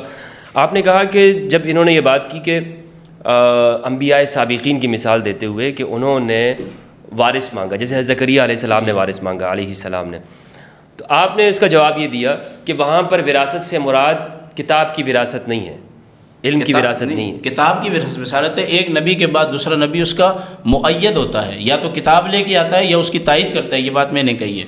جیسے ہارون علیہ السلام کتاب نہیں تھی, لیکن ابراہیم حضرت موسیٰ علیہ السلام کے ساتھ وارث مانگا تھا, وہ علم کا وارث مانگا, نبوت کا وارث مانگا تھا, یا مال کا وارث مانگا تھا؟ بنی اسرائیل کے اندر تمام انبیاء کرام اپنا وارث جو مانگتے تھے بطور نبی کے مانگتے تھے, بطور نبی کے مانگتے تھے. یہ قرآن ہے, یہ قرآن ہے. مجھے لگا شاید آپ نے یہ کہا کہ وہاں پر کتاب کا وارث نہیں مانگا. اور اس کی وجہ کیا تھی کہ ابراہیم علیہ السلام کی نسل سے اللہ پاک کے ایسے وعدے تھے جو صحیفہ ابراہیم میں تھے کہ ہم آپ کی نسل میں انبیاء بھی بنائیں گے. کلیئر ہو گیا. علامہ صاحب ایک انہوں نے یہ بات کہی کہ وہاں پر جو اولی الامر ہیں اور وہ رسول کے جانشین ہیں, اور اس سے مراد 12 خلفاء ہیں جو کہ ہماری کتابوں میں بھی موجود ہیں. اس حوالے سے میرا سوال ہے کہ آپ اولی الامر علماء کے اوپر لے کے آ رہے ہیں اور یہ کہہ رہے نہیں وہ 12 خلفاء ہی مراد ہیں. اس کا مختصر جواب میں نے آپ کے سامنے قرآن کی آیت پڑھی ہے. جی, میں نہیں کہہ رہا, انہوں نے کہا ہے کہ یہ ان کی ذاتی رائے ہے. استغفر اللہ. وَلَوْ رُدُّوهُ إِلَى الرَّسُولِ وَإِلَىٰ أُولِي الْأَمْرِ مِنْهُمْ لَعَلِمَهُ الَّذِينَ يَسْتَنبِطُونَهُ مِنْهُمْ. میں نے قرآن پڑھا ہے, اللہ فرما رہا ہے کہ اولو الامر سے مراد اہل علم ہے. میں نہیں کہہ رہا, میں جو بھی کہتا ہوں وہ حدیث کے اندر ہوتا ہے. میں از خود میں نے آج تک کوئی بات نہیں کہی ہے. از خود جو بات میں نے کہی ہے وہ آپ کی ویڈیو سے صرف اس قاتل عمر بن خطاب کے مزار کے بارے میں میں نے پوچھا ہے کہ اس کس حیثیت سے ایران نے. اچھا یہاں ایک بات تھوڑا سا جملہ لے لیں. ایران تو امام مہدی رضی اللہ تعالیٰ سنیں, امام مہدی رضی اللہ تعالیٰ عنہ کی پیروی کر رہا ہے نا, تو اس کے 300 راکٹ جو ہیں وہ کیوں کسی کو مار نہیں رہے؟ چلیں وہ نہیں کیوں نہیں, پھر آپ جب دیکھیں گے سیاسی باتیں تو کر رہے ہیں کہ امت ذلیل ہو رہی ہے. یہ سارے جو جنگ و جدال ہوئے, اچھا یہ آپ کیا سمجھتے ہیں اہل بیت کے ساتھ ہوا یہ کوئی کیا نام ہے شرعی معاملات تھے؟ یہ سارے سیاسی معاملات تو تھے. قبلہ میرا آپ سے سوال یہ ہے, میں گفتگو کو موضوع کو سمیٹنا چاہوں گا تاکہ ہم اس کے اختتام کی جانب لے کے جا سکیں. حضرت نے یہ کہا کہ خلفائے راشدین یہ اس امت کے اندر سب سے افضل گروہ ہے، یعنی ان سے بڑا نہ کوئی عالم ہے اور نہ ان سے بڑا کوئی اولو الامر ہے، یہ اولو الامر ہے خلفائے راشدین. یعنی یہاں تک تو 4 کی تقریباً انہوں نے تعین کر دی اولو الامر کی. ایسا ہی ہے نا قبلہ؟ صحیح ہے، یعنی 4 اولو الامر کی تعین. جب یہ چلے گئے تو پھر اس کے بعد جو آتے گئے جو صلاحیت تھی وہ بھی اولو الامر ہے. اچھا اولو الامر، جی میں نے مختلف اقوال آپ کے سامنے رکھے. یہی وہ رسول کے جانشین بھی 12 خلیفہ جو بھی ہوتا ہے نا وہ اہل علم سے ہوتا ہے. جی قبلہ. ہاں تو یہ جو 4 انہوں نے بتائے خلفائے راشدین، یہ اولو الامر بھی ہیں اور یہ وہی رسول کے 12 جانشینوں میں سے 4 ہیں.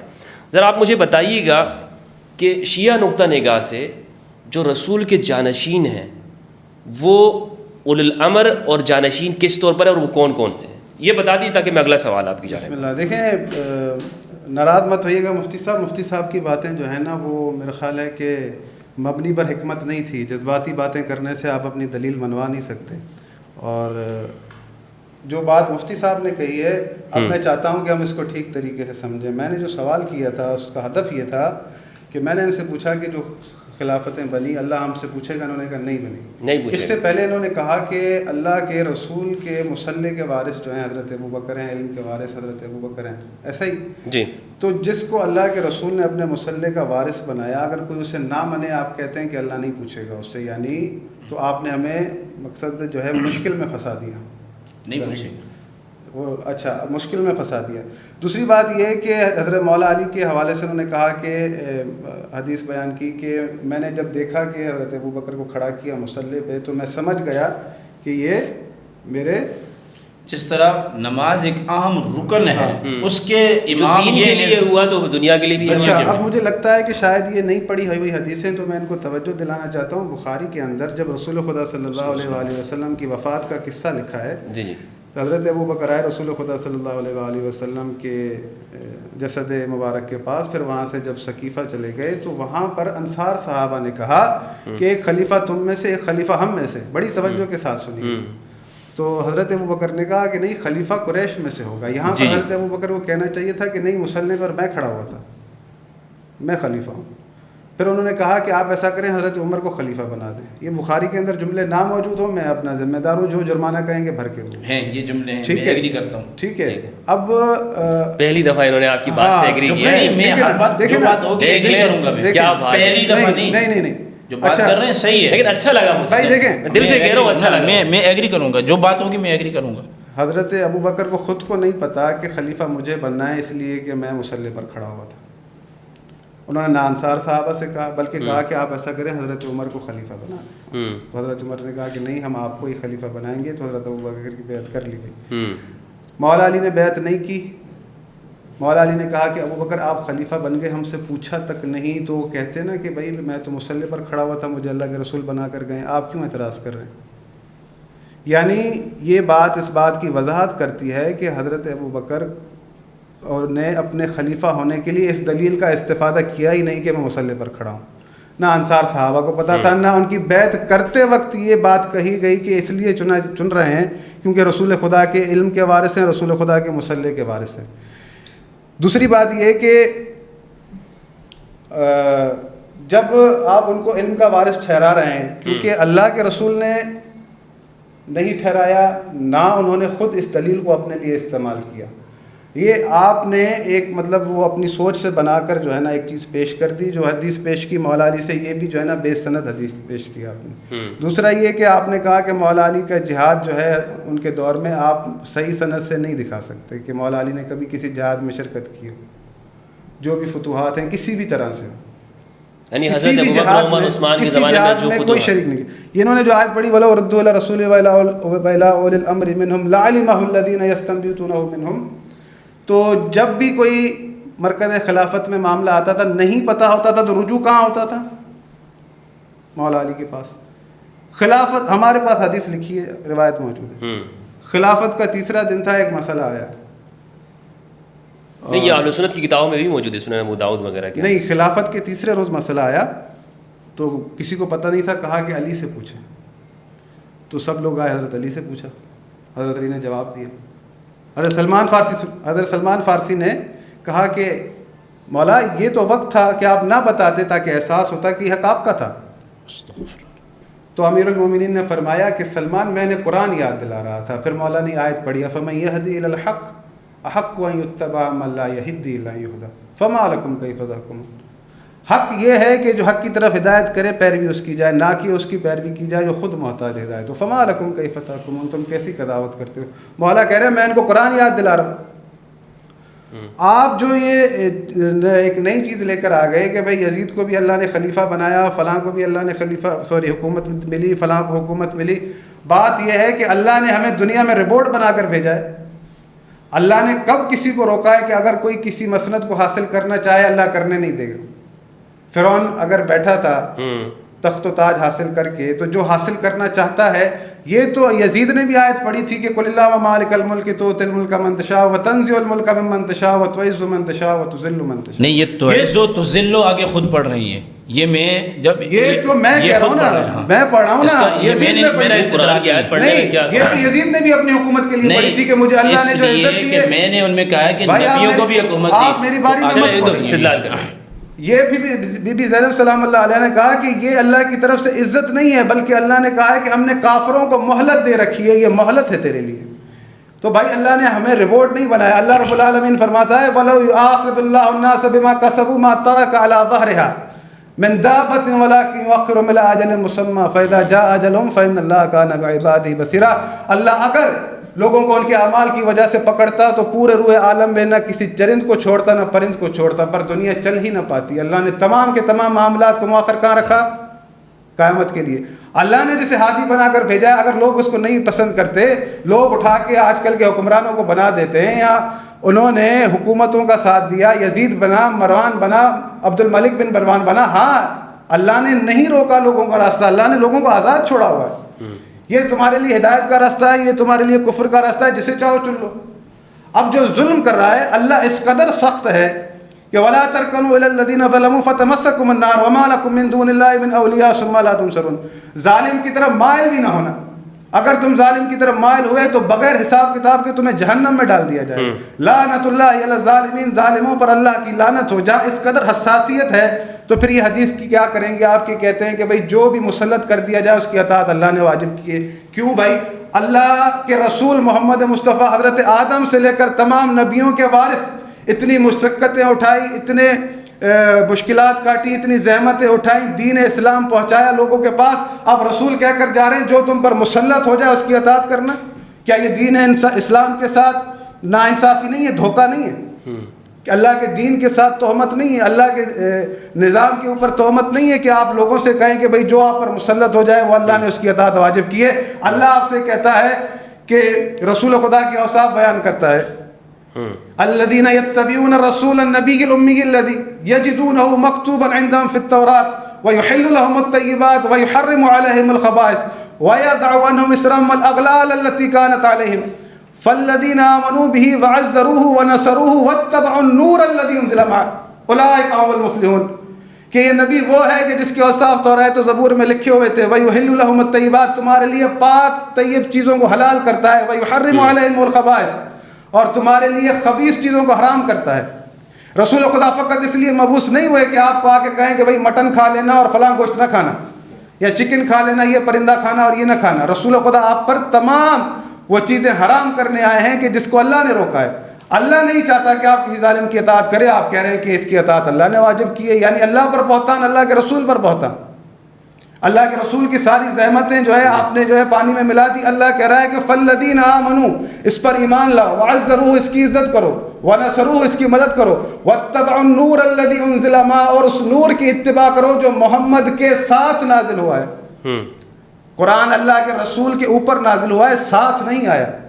اللہ کے رسول کے لیے اللہ کہہ رہا ہے کہ جو محمد کے ساتھ نور آیا اس نور کی اتباع کرو۔ اللہ کے رسول وہ نور جو آپ کو دے رہے ہیں وہ ہے کہ ترکت فیکم الثقلین۔ آپ کہہ رہے ہیں کہ نہیں جو ظالم مسلط ہو جائے اس کی اطاعت اللہ نے واجب کی ہے، یہ دھوکہ نہیں ہے دین اسلام کے ساتھ۔ آپ مفتی فیصلہ کریں، انصاف سے بتائیں۔ صحیح۔ اللہ کہہ رہا ہے نور کی اتباع کرو، آپ ظالم کی اطاعت کروا رہے ہیں، فاسق و فاجر کی اطاعت کروا رہے ہیں۔ دین مظلومیت پہ، اسلام پہ ہم نہ روئیں۔ میں تو کہتا ہوں کہ بھائی جو شیعہ روتے ہو نا، کہتے ہو یا حسین، اب تم کہا کرو یا اسلام، واہ قرآن، کہ قرآن کے مخالف عقیدے جو ہے بیان کیے جاتے ہیں۔ قرآن کی مظلومیت پر بھی ایک جو ہے نا وہ اپنے سینے پر تھپڑ مارے. اچھا انہوں نے یہ دیکھیں کہاں قرآن اور قرآن کے مخالف عقیدے. آپ اپنی باتوں میں خود جو ہے پھنس رہے ہیں. جس کو آپ رسول خدا کے مصلی کا وارث ٹھہرا رہے ہیں پھر کہہ رہے ہیں اللہ پوچھے گا بھی نہیں. اچھا یہی سوال انہوں نے کیا بھی تھا کہ سب نبیوں میں تو آپ نبوت و وراثت مان رہے ہیں کہ نبوت وراثت کے طور پر، لیکن رسول اللہ صلی اللہ علیہ وآلہ وسلم نہ ان کے والد نبی ہیں نہ ان کی اولاد نبی. میں نے جب آیت پڑھی تھی اس میں ذریت کا لفظ کہا تھا، انہوں نے توجہ نہیں کی. قرآن کی آیت یہ کہہ رہی ہے کہ نبی کا بیٹا مستقیم بناتے ہیں یا نبی کا بھائی مستقیم بناتے ہیں فوراً، یا ذریت میں آگے چل کے بناتے ہیں.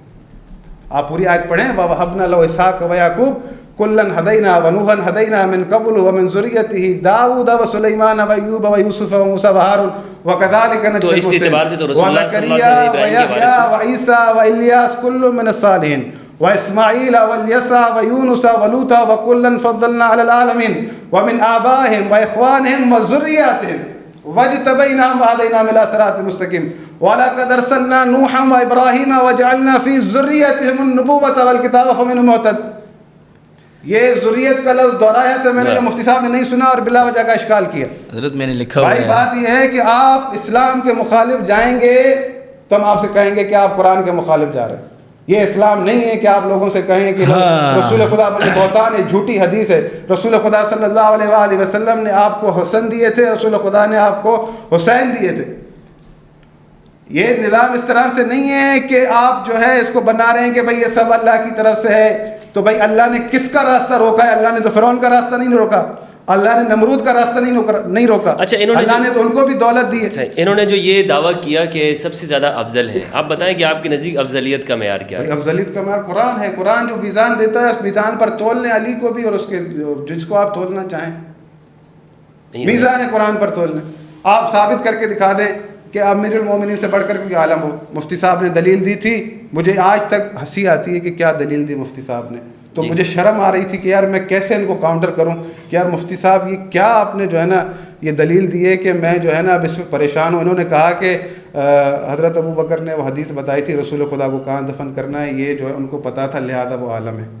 ارے بھائی بخاری اٹھا کے دیکھ لو، کتاب العلم، حضرت ابو موسیٰ اشعری آئے حضرت عمر کے دروازے پر 3 بار بلایا، دستک دی، کوئی جواب نہیں آیا، لوٹ گئے. تو حضرت عمر نے اپنے غلام سے کہا کہ دیکھو کون تھا، حدیث نہ موجود ہو میں ذمہ وار ہوں.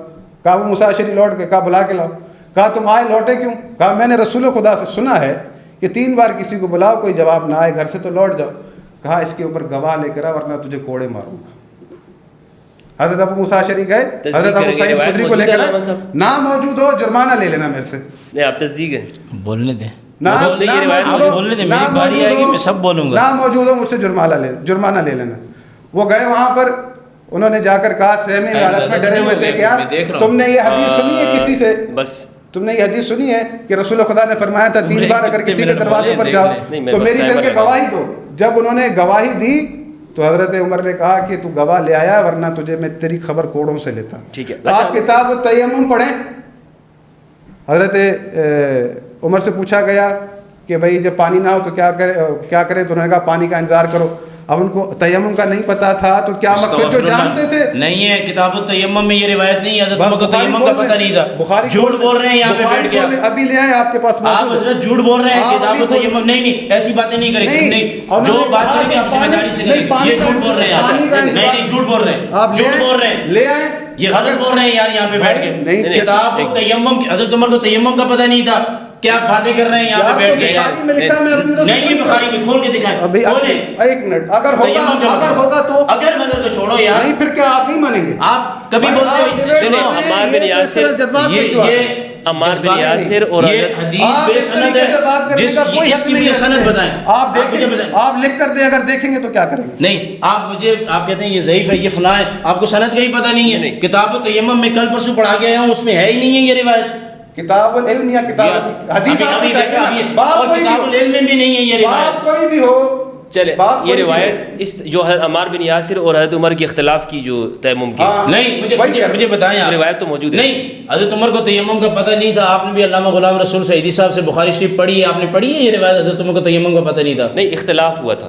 ان کو بولیں بات ٹھیک طریقے سے کریں. اختلاف ہوا تھا. نہیں آپ کہہ رہے ہیں پتہ نہیں تھا یار، ایسی باتیں کر رہے ہو. حضرت عمر کا مسئلہ الگ تھا. نہیں دیکھیں آپ دیکھیں بات طریقے سے کریں، شائستگی سے کریں. آپ بھائی بالکل شائستگی سے کر رہا ہوں میں، تو وہ بات کر رہا ہوں کہ بھائی ان سے ان کو آپ کا مسئلہ یہ ہے کہ آپ ہمارے سے گفتگو کر نہیں سکتے. صحابہ کرام یار بات سنیں، نہیں آپ نے مولا علی کے لیے کہا کہ ان کو حدیث پتہ نہیں تھی تو میں نے اس طرح اعتراض کیا تھا. یار ہمارا کتنا جگرا بڑا ہے، آپ کیسے یار لکھا ہوا دکھا رہا ہوں آپ کو حدیث کے اندر. یار آپ نہیں آپ یہ بات نہیں کرتے. مفتی صاحب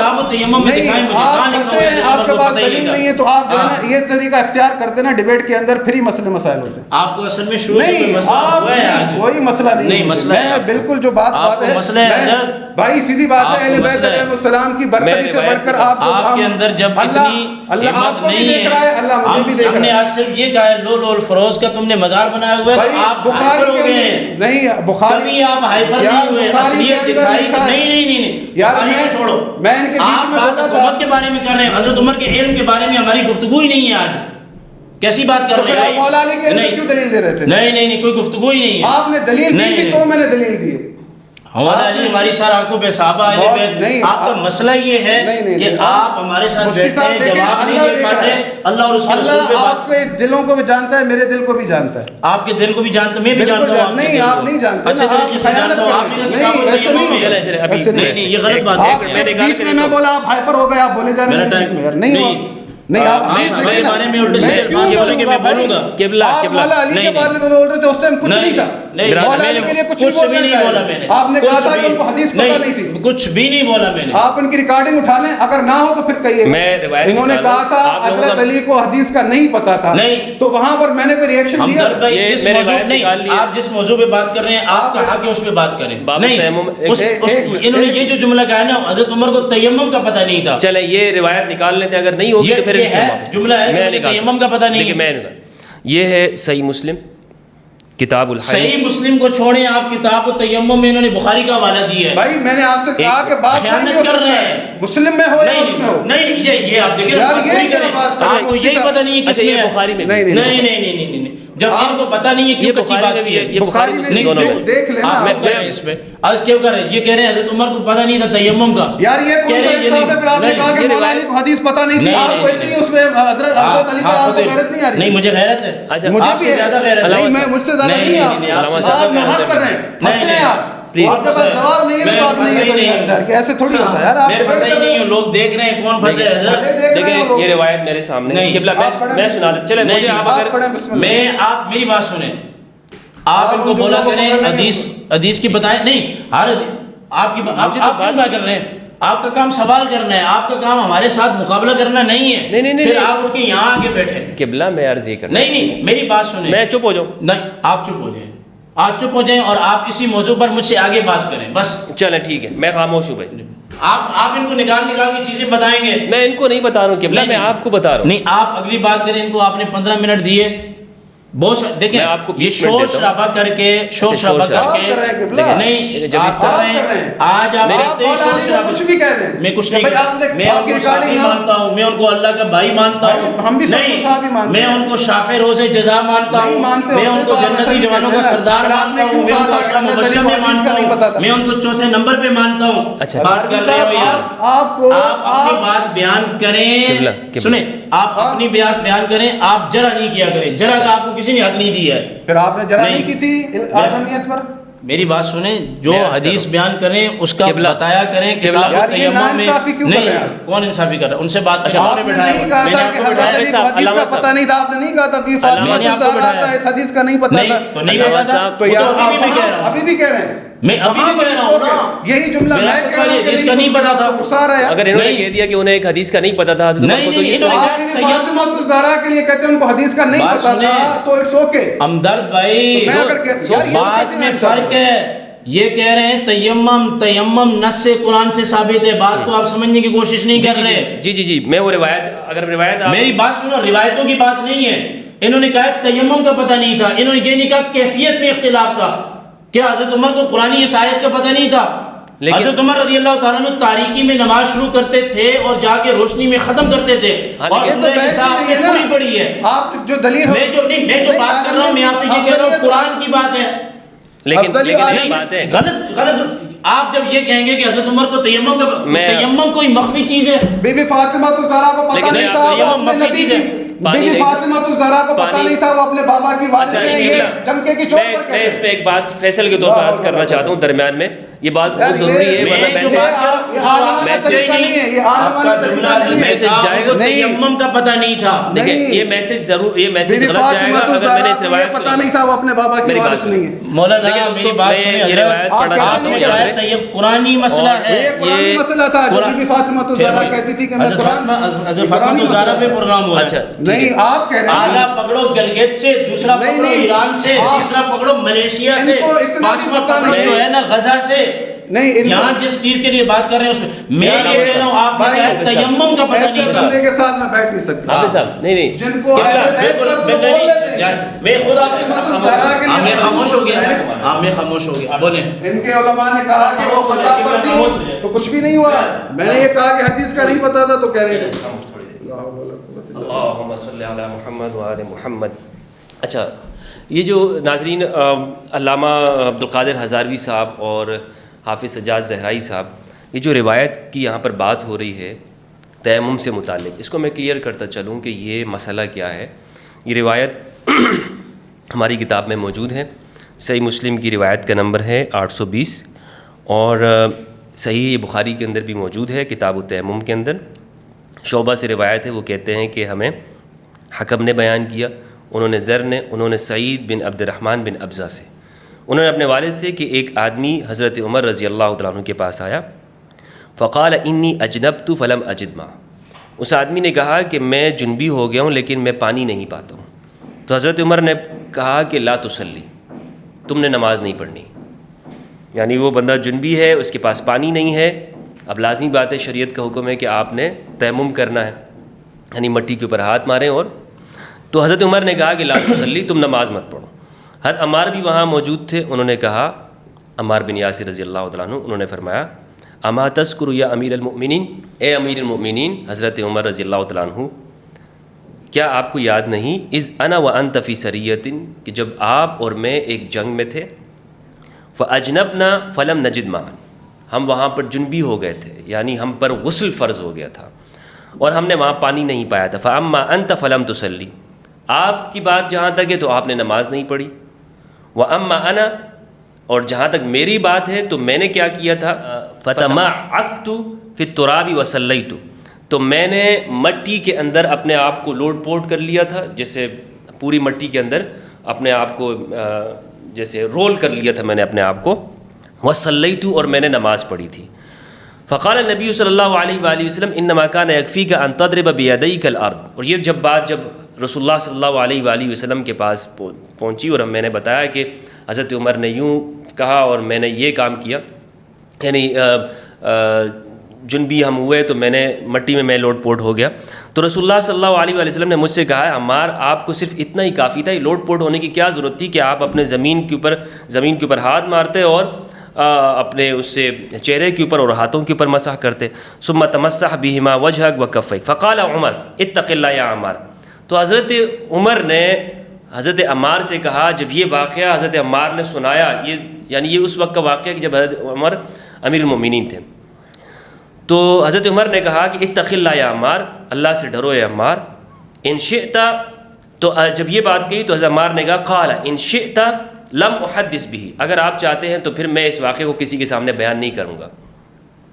قال الحكم وحدثنيه ابن عبد الرحمن بن ابزة عن أبيه مثل حديث زر، قال وحدثني سلمة عن زر في هذا الاسناد الذي ذكر الحكم، فقال عمر نوليك ما توليت، یہ واقعہ جب بیان کیا تو حضرت عمر رضی اللہ عنہ نے کہا آپ نے جس چیز کی ذمہ داری کو اٹھا لی ہے ہم اس سے آپ ہی پر ڈال دیں، یعنی یہ حضرت عمر نے وہاں پر یہ بات کہی۔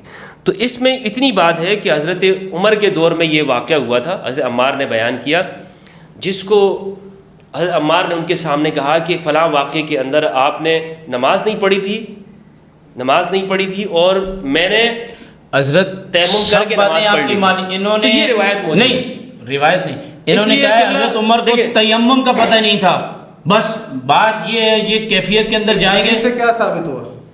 آپ چھوڑ دیں، میں آپ سے بات نہیں، ابھی بات وہ کر رہے ہیں، تو یہ میں آپ سے بات نہیں کر رہا، دیکھیں میں آپ سے بات ابھی وہ پڑھ رہے ہیں. یہ تہمت لگا رہے ہیں، ان کو پھر تہمت نہ لگائیں. نہیں، یہ جو حربہ استعمال کر رہے ہیں نا، کون سا حربہ؟ تہمت والا نہ لگائیں. کون سا انہوں نے کہا ہے کہ حضرت عمر کو تیمم کا نہیں پتا تھا. یہ غلط کہا ہے آپ نے. تو آپ نے کیوں کہا؟ نہیں، چلے آپ اس کو یوں کہیں، تہمت کے طرز پر کیوں بیان کر؟ تہمت وہ ہوتی ہے جو پس پشت ہوتی ہے. میں آپ کے سامنے بیٹھ کے کہہ رہا ہوں آپ نے غلط جملہ کہا ہے. آپ مجھے بات کرتے ہیں آپ جناب کر کے، صحابہ کے لیے آپ کو الفاظ نہیں ملتے. نہیں چلے قبلہ یہ بتائیں کہ یہ اس روایت کی روشنی میں کیا لفظ استعمال ہمارے موضوع کے ساتھ اس کا کیا تعلق ہے؟ یہ بتائیں آپ کا اس موضوع سے کیا بات ہو رہی ہے عالمیت پر؟ نہیں، ہمارے موضوع کے ساتھ ایک دوسری بات اس کو کلیئر کریں. آپ نے مجھے یہ کہا ہے کہ زرعی صاحب آپ کے ساتھ بیٹھنا چاہتے ہیں، پھر ان کو کیا مسئلہ ہے کہ اٹھ کے کبھی ادھر بھاگ رہے ہیں کبھی ادھر بھاگ رہے ہیں؟ آپ تہمتیں لگا رہے ہیں، میں آپ کے ساتھ بیٹھوں، آپ علمی گفتگو کر رہے ہیں، غلط بات کر رہے ہیں، آپ غلط بات کر رہے ہیں. آپ اس کے ساتھ بیٹھیں جس کے ساتھ آپ کا مزاج ملتا ہے. آج آپ نے مجھے شروع سے ٹوکنا شروع کیا، شروع سے آپ نے. تو آپ کیا چاہتے ہیں وائرل ہو جائے؟ چلے بھائی کرو ان کو وائرل یار، کرو ان کو وائرل. لعنت بھیجتا ہوں میں وائرل پہ یار. تو کیسے بات کرتے ہیں یار؟ میرے ساتھ 10 پروگرام کر کے آج آپ کیسے باتیں کر رہے ہیں یار؟ پڑھنے والے ہیں. میرے مزاج میں دیکھیں، آپ اپنا مزاج دیکھیں. 5 منٹ ہے ہمارے پاس، صرف 5 منٹ ہے. پروگرام اختتام جا رہا ہے، میں اختتام کر رہا ہوں. بات یہاں تک جا رہی ہے، اس لیے میں یہ نہیں چاہتا ہوں کہ اس طرح بدمزگی کے اندر یہ بات ہو. دیکھیں ہمارا مقصد یہ ہے کہ ہم ایک دوسرے کے ساتھ ٹاک کریں، گفتگو کریں اور ان مسائل کو حل کریں، اور کھلے دل کے ساتھ ہم ایک دوسرے کو تسلیم کریں ان چیزوں کو. ہم تسلیم کریں گے، لیکن ہمدرد بھائی میں نے آپ سے پہلے کہا ہے یہاں بات ہوتی ہے نظریات پہ، عقائد پہ، اور دلائل پکڑے جاتے ہیں فقہی مسائل سے. تیمم کا مسئلہ عقیدے کے ساتھ کوئی نہیں ہے، فقہی مسائل ہیں. میں نے پچھلے پروگرام میں بھی آپ کے جو میں نے یہی کہا ہے کہ دیکھیں آپ اچھا چلے مجھے اس روایت کے بارے میں بتا دیں. جو بھی مسلط کر دیا جائے اس کی اطاعت واجب ہے. جی، جو بھی مسلط کر دیا جائے اس کی اطاعت واجب ہے.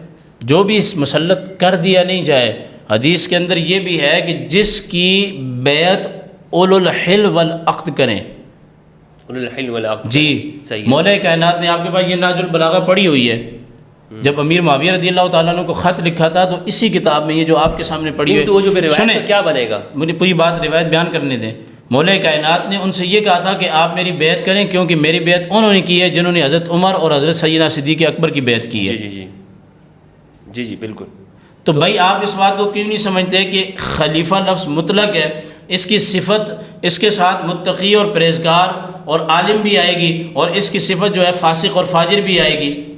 آپ کیوں چیزوں کو متعین کر کے ایک راہ متعین کر کے اس پہ بات نہیں کرتے؟ یہ روایت ہے، یہ جو سوال انہوں نے اٹھایا کتاب سنن نسائی اور حدیث کا نمبر ہے 4197. اس میں وَلَوْ اسْتُعْمِلَ عَلَيْكُمْ عَبْدٌ حَبَشِيٌّ يَقُودُكُمْ بِكِتَابِ اللَّهِ فَاسْمَعُوا لَهُ وَأَطِيعُوا. امیر بنا دیا جائے یعنی مسلط کر دیا جائے، اس کو تمہارے اوپر ڈال دی، یعنی تو یہ میں نے آپ کی کیا نام ہے ایک پروگرام میں نے یہ شرط بیان کی ہے کہ حاکم وقت جو ہوتا ہے اس کو تسلط ضروری ہے. یہ تو شیعہ کے نزدیک بھی ہے، کنٹرول ضروری ہے اس کو. بزدل اور کمزور تو حاکم بن ہی نہیں سکتا. تو یزید بھی پھر ہمارے اوپر امیر ہے بالکل. تو امیر فاسق امیر ہے نا. اور یزید کو جب امیر بنایا تھا تو کیا اس وقت اس کی کنڈیشن یہی تھی؟ وہ اسی طرح فاسق اور فاجر تھا. آپ کو یہ باتیں تو ٹھیک ہے، آپ بھی ان کے ساتھ یہاں بات کر رہے ہیں. مجھے بات سنیں، یزید کو جب بنایا تو امام حسین رضی اللہ تعالیٰ عنہ نے بیعت نہیں کی. بات کریں نا پھر اس پہ تھوڑا سا موقع دیں مجھے، انہوں نے ٹائم لے لیا تھا، مجھے موقع دیں نا. بالکل آپ کی وقت. مدینہ المنورہ کے اندر جن لوگوں نے یزید کی بیعت نہیں کی ان میں سے ایک تھے عبد الرحمن بن ابی بکر، جی، جن کے بارے میں بعض روایات میں ہے کہ امیر معاویہ رضی اللہ تعالیٰ عنہ نے ان سے سختی سے کلام بھی کیا تھا. حضرت علی پاک رضی اللہ تعالیٰ عنہ کا خون محمد بن حنفیہ رضی اللہ تعالیٰ عنہ نے یزید کی بیعت کی ہے، امام حسین نے نہیں کی. تو قوم کو کیوں نہیں بتا دینا چاہتے مجھے کہ علی پاک کی وہ اولاد جس کے اندر فاطمہ کا دودھ ہے، یہ بخاری شریف میں محمد بن حنفیہ نے بیعت کی ہے. جی ہماری کتابوں میں، آپ کی کتابوں میں نہیں. پھر آپ اپنی کتاب ہمارے سامنے کیوں پیش کر رہے ہیں؟ یہ تو ہے آپ کے سامنے پیش کر رہا ہوں. اچھا پھر میں آپ کی پیش کروں؟ نہیں، مقصد یہ کہ بیعت والا معاملہ جب ہم کہتے ہیں کہ بھائی سنیں نا، مجھے دیکھیں پھر بول رہے ہیں یہ بات سنیں. محمد بات کرنا مجھے بات کر دیکھیں پھر زیادتی ہے یہ زارعی صاحب میں اٹھ کے بھاگوں گا نہیں میں اٹھ کے بھاگوں گا نہیں میں بڑا تعامل والا بندہ ہوں کہ جو اب محمد بن حنفیہ نے بیعت کی ہے وہ کہاں ہے لکھا ہے دکھائیں ذرا اچھا محمد بن حنفیہ رضی اللہ تعالیٰ عنہ کہیں سے دکھائیں سن لینا پوری بات سنیں ایسے تھوڑی ہوگا یار محمد بن دکھائیں حنفیہ محمد بن حنفیہ رضی اللہ تعالیٰ عنہ نے بیعت نہیں کی عبد الرحمن بن ابو بکر نے بیعت نہیں کی سن لیں حنفیہ نے نہیں کی محمد بن حنفیہ رضی اللہ تعالیٰ عنہ نے یزید کی بیعت کی ہے کہاں ہے لکھائیں دکھائیں ان سے کہیں کہاں لکھا ہے آپ مجھے بات مکمل کرنے دیں مجھے بات مکمل کرنے دیں تو کیسے ہوگا میرے ٹائم میں کیوں بول رہے ہیں نہیں آپ دکھائیں نا میں کہہ رہا ہوں حضرت آپ کے اندر اٹدرمی نہیں ہے نہیں آپ میں ایسے کیسے جانے آپ کو موقع ملے گا آپ بات کریں نہیں تو میں تو چاہ رہا ہوں آپ دکھا دیں تو میں آپ کی طرف چلیں یہ انہوں نے پیش نہیں کی یہ آپ نے بخاری کا آپ ان سے طلب کر لیں سن لیں میری بات مکمل یہ نہیں ہونی نمبر بتا دیں محمد بن حنفیہ رضی اللہ تعالیٰ عنہ نے یزید کی بیعت کی ہے اس کا نمبر کوئی ریفرنس سن لیں پوری بات سنیں ریفرنس سنیں میری پوری بات مجھے سنیں ریفرنس بتا دیں پوری بات سنیں طبقات ابن سعد کے اندر بڑی تفصیل ہے اس کی آپ خود جانتے ہیں حضرت جو ابن سعد ہے نا وہ بخاری سے نقل کرتا ہے اچھا یار ایک منٹ مجھے بولنے دیں یار میں نتیجہ کیا نکال قبلہ آپ آگے اپنی گفتگو جاری رکھیں عبد الرحمن بن ابو بکر نے بیعت نہیں کی یزید کی مکہ شریف تشریف لے گئے تھے محمد بن حنفیہ رضی اللہ تعالیٰ عنہ نے یزید کی بیعت کی ہے عبداللہ ابن زبیر رضی اللہ تعالیٰ عنہ نے یزید کی بیعت نہیں کی جی عبداللہ ابن زبیر نے جی جی عبداللہ ابن عباس رضی اللہ تعالیٰ عنہ نے بھی جو ہے وہ یزید کی بیعت نہیں کی عبداللہ ابن عمر کے یہ شروع سے نہیں کی تھی یا واقعہ کربلا کے بعد انہوں نے نہیں کی تھی نہیں شروع سے نہیں کی میں یہ وہ شروع سے نہیں کی ہاں یہ وہ اشخاص بتا رہا ہوں ایسا کیوں ہے کہ بھائی شروع سے تو آپ کہا کہ وہ ٹھیک ٹھاک آدمی تھا پھر بھی یہ بیعت نہیں کر اس میں آپ کی تو کام کی بات ہے نا آپ سننے کو تو زیادہ اچھا نہیں ہوگا کیوں ٹوکتے ہیں بار بار چلیں میرے کام کی بات ہے چلیں اچھا دیکھیں محمد بن حنفیہ نے بیعت کر لی عبداللہ ابن عمر نے بیعت کر لی عمر پاک کے صاحبزادے نے بھی بیعت کی یزید کی اچھا ابتداءً علی پاک کے صاحبزادے نے بھی بیعت کی محمد بن حنفیہ نے صحیح میں نے لکھ لیا جی جی اگر یزید کی بیعت نہیں کی جنکے کے چوٹ پر تو اولاد فاطمی نے نہیں کی جسے حسین کہتے ہیں اور اگر ڈھنکے کی چوٹ پر بیعت نہیں کی تو عبد الرحمن بن ابی بکر نے نہیں کی جی نہیں کی جس کو صدیقی خون کہتے ہیں جب یہ معاملہ ہو گیا تو یزید نے کوشش کی کہ ابو بکر کا بیٹا بھی میرے ہاتھوں میں ہاتھ دے یزید نے کوشش کی جی جی اور یزید نے یہ بھی کوشش کی کہ امام علی مقام بھی میرے ہاتھوں میں ہاتھ دے بالکل بالکل دباؤ بھی ڈالا سب چیزیں ہوئیں وہ اسی طرح دشمن تھا ان بزرگوں کا بھی عبداللہ ابن زبیر کو تو اس نے کس بے دردی کے ساتھ معاملات ہوئے وہ آپ کے سامنے ہی ہیں اب کیا ہوا کہ عبد الرحمن بن ابی بکر مدینہ سے مکہ حضرت محمد بن حنفیہ تو اس طرف چلے گئے یہ جو رہے ہوئے صحابہ تھے یہ مدینہ میں سکون کے ساتھ زندگی گزار رہے تھے سکون کے ساتھ یزید بار بار یہ خطوط لکھتا تھا کہ ان سے کہیں کہ مجھ سے آ کے ملیں یہ ملنا نہیں چاہتے تھے اتنے میں کوفہ سے خطوط آئے کہ آپ کوفہ آئیں ہم آپ کی بیعت کرنا چاہتے ہیں ٹھیک ہے بات کو تحمل سے سنیے گا امام علی مقام کوفہ تشریف لے گئے یہ نہیں کہا مدینہ میں کہ میں وہاں جہاد کرنے جا رہا ہوں یا کچھ بھی کرنے جا رہا ہوں حضرت عبداللہ بن زبیر نے اور عبداللہ ابن عباس نے یوں ہاتھ جوڑے کہ خدا کی قسم کوفہ والوں نے آپ کے باپ کا ساتھ نہیں دیا آپ کے بھائی کا ساتھ نہیں دیا آپ کا ساتھ کبھی نہیں دیں گے امام حسین رضی اللہ تعالیٰ نے فرمایا میں حجت تمام کرنے جا رہا ہوں کوفہ پہنچ کے یزید نے نعمان بن بشیر سے کہا کہ حسین کو میرے پاس لے کے آئیں تو نعمان بن بشیر نے کہا کہ میں حسین کو تیرے پاس لے کے آؤں یہ ہو نہیں سکتا تو سمجھتا کیا ہے اپنے آپ کو یزید نے ان کو معزول کیا صحابہ کرام نے اپنی حکومتیں حسین پاک کے جوتوں پر قربان کی ہیں قوم کو صحیح راستہ کیوں نہیں بتاتے اس کے بعد عبید اللہ بن زیاد کو وہاں کا لگایا گیا کیا گورنر لگایا گیا صحیح تو اس سے سنیں میں ثابت کر رہا ہوں نعمان بن بشیر نے ہاتھ جوڑے کوفیوں کے سامنے میں نے حکومت قربان کر دی ہے خدا کے لیے نکلو حسین کا ساتھ دو دروازے بند کر دیے ان دغا بازوں نے، ان غداروں نے دروازے بند کیے، کوفیوں نے، جنہوں نے بلایا تھا امام علی مقام نے ان کو پکار پکار کر کہا، یزید کی فوجیں بعد میں آئی ہیں کہ تم نے مجھے بلایا اور میرا ساتھ تم کیوں نہیں دے رہے؟ یعنی وہ شیعہ تھے؟ جی کوفی تھے. میں نے شیعہ کہا؟ میں کوفی کہہ رہا ہوں. نہیں تو امام شیعہ آپ کہہ رہے ہیں، میں کوفی کہہ رہا ہوں. شیعہ آپ کہہ رہے ہیں، میرے الفاظ میں تو کوفہ والوں نے بلایا. جب کوفہ والوں شیعہ نہیں تھے نا بھائی، سنیں میری بات میری بات مکمل ہونے دیں گے. جب کوفہ والوں نے نہیں سنیں میری بات مکمل ہو دیں گے ہمدرد صاحب، میری بات مکمل ہونے دیں گے. صحیح، 2 منٹ ہے، خیانت ہوگی. 2 منٹ ہے ہمارے پاس مکمل پروگرام مکمل اس میں بولیں گے نہیں. کوفہ والوں نے جب حسین پاک کو شہید کر دیا، امام زین العابدین مدینہ المنورہ پہنچتے ہیں، جا کے کہتے ہیں خدا کے لیے انہوں نے جس بے دردی سے ہمیں شہید کیا ہے اب اس بدبخت سے جان چھڑاؤ. تو صحابہ کرام کہتے ہیں اب جان نہیں چھڑائیں گے، ہم اس کی گردن ماریں گے. کس کی؟ یزید کی. اس کے بعد واقعہ ہررا پیش آیا، مدینہ کے لوگوں نے بغاوت کی. لیکن امام حسین کو تو انہوں نے ساتھ نہیں دیا نا.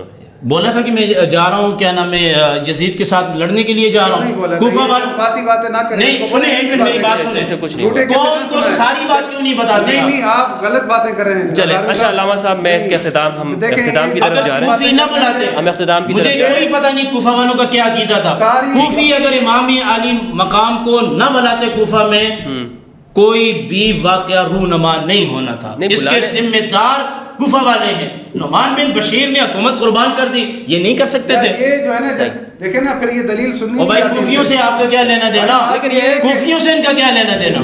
جو بات او بھائی یہ تو اہل بیت کے ماننے والے، ان کا کوفہ والوں سے کیا لینا دینا؟ جس نے امام حسین کے ساتھ اور میں آپ کو کہتا ہوں لعنت بھیجیں جنہوں نے حسین کے ساتھ بے وفائی کی، وہ بھی لعنتی ہیں، اور جنہوں نے حسین کو قتل کیا وہ بھی لعنتی ہیں. میں تو بھیجتا ہوں. بس ختم ہوگی بات. جنہوں نے تو پھر کیا بات کر رہے ہیں؟ امام حسین علیہ السلام کو قتل کیا، بے وفائی کی، سب لعنتی ہیں انہوں نے. نہیں کیا باتیں کر رہے ہیں آپ؟ حضرت امام زید اس طرف جا رہے ہیں، امام زید اس طرف جا رہے ہیں، یہ ہٹے ہوئے ہیں نہیں. چلیں قبلہ، یہ جو ہزاری صاحب بہت شکریہ آپ کا ادا کرتا ہوں میں آپ کا، بہت شکریہ آپ یہاں پہ تشریف لائے. اور آج کا جو ہمارا موضوع تھا اولو الامر کے حوالے سے، اس پہ گفتگو ہوئی. تھوڑی سی درمیان میں جو تلخی بھی ہوئی، لیکن نہیں کوئی تلخی نہیں. علماء کرام ہیں، بہت شکریہ. جذبات ہیں، تلخی نہیں ہے. یہ آپس میں یہ دیکھیں گفتگو ہونی چاہیے. اور میں تلخی نہیں ہے، لیکن مجھے حیرانگی ہے جو بندہ میرے ساتھ 10 پروگرام کرتا ہے وہ آج اچانک اس طرح کی وہ یہ گفتگو کہہ کیوں رہے کر تھے کہ بھائی ہزاری صاحب ہمیشہ جو ہے نا ایک وہ بات کہہ دوں میں رہ جائے گی. اور میں بتا رہا ہوں بخاری میں لوگ لکھا ہے جب حضرت عمر کو اس نے وار کیا تو اس وقت اس کو پکڑ لیا گیا تھا، وہیں قتل کر دیا گیا تھا. بولو لو پھر مدار کہاں سے آئے؟ وہ تو اچھا یہ بات آپ نے عجیب بات کی حضرت کی. آپ نے خود کہا ایران، میں نے آپ کی ویڈیو سنی ہے حضرت، اس کا آپ سے کوئی تعلق نہیں، میں نے آپ کی ویڈیو سنی ہے. نہیں یہ تو ساری باتیں آپ نے بکس کی بنا پر کی ہیں. کسی ویڈیو میں نے نہیں کہا کہ بولو آپ بخاری میں نہیں لکھا، ابھی آپ نے نہیں کہا، ابھی آپ نے نہیں کہا. میں نے ایران میں دیکھ، میں نے آپ کی ویڈیو سنی، سنو دیکھا نہیں ہے، ایران میں پوری ہے، بات سنو.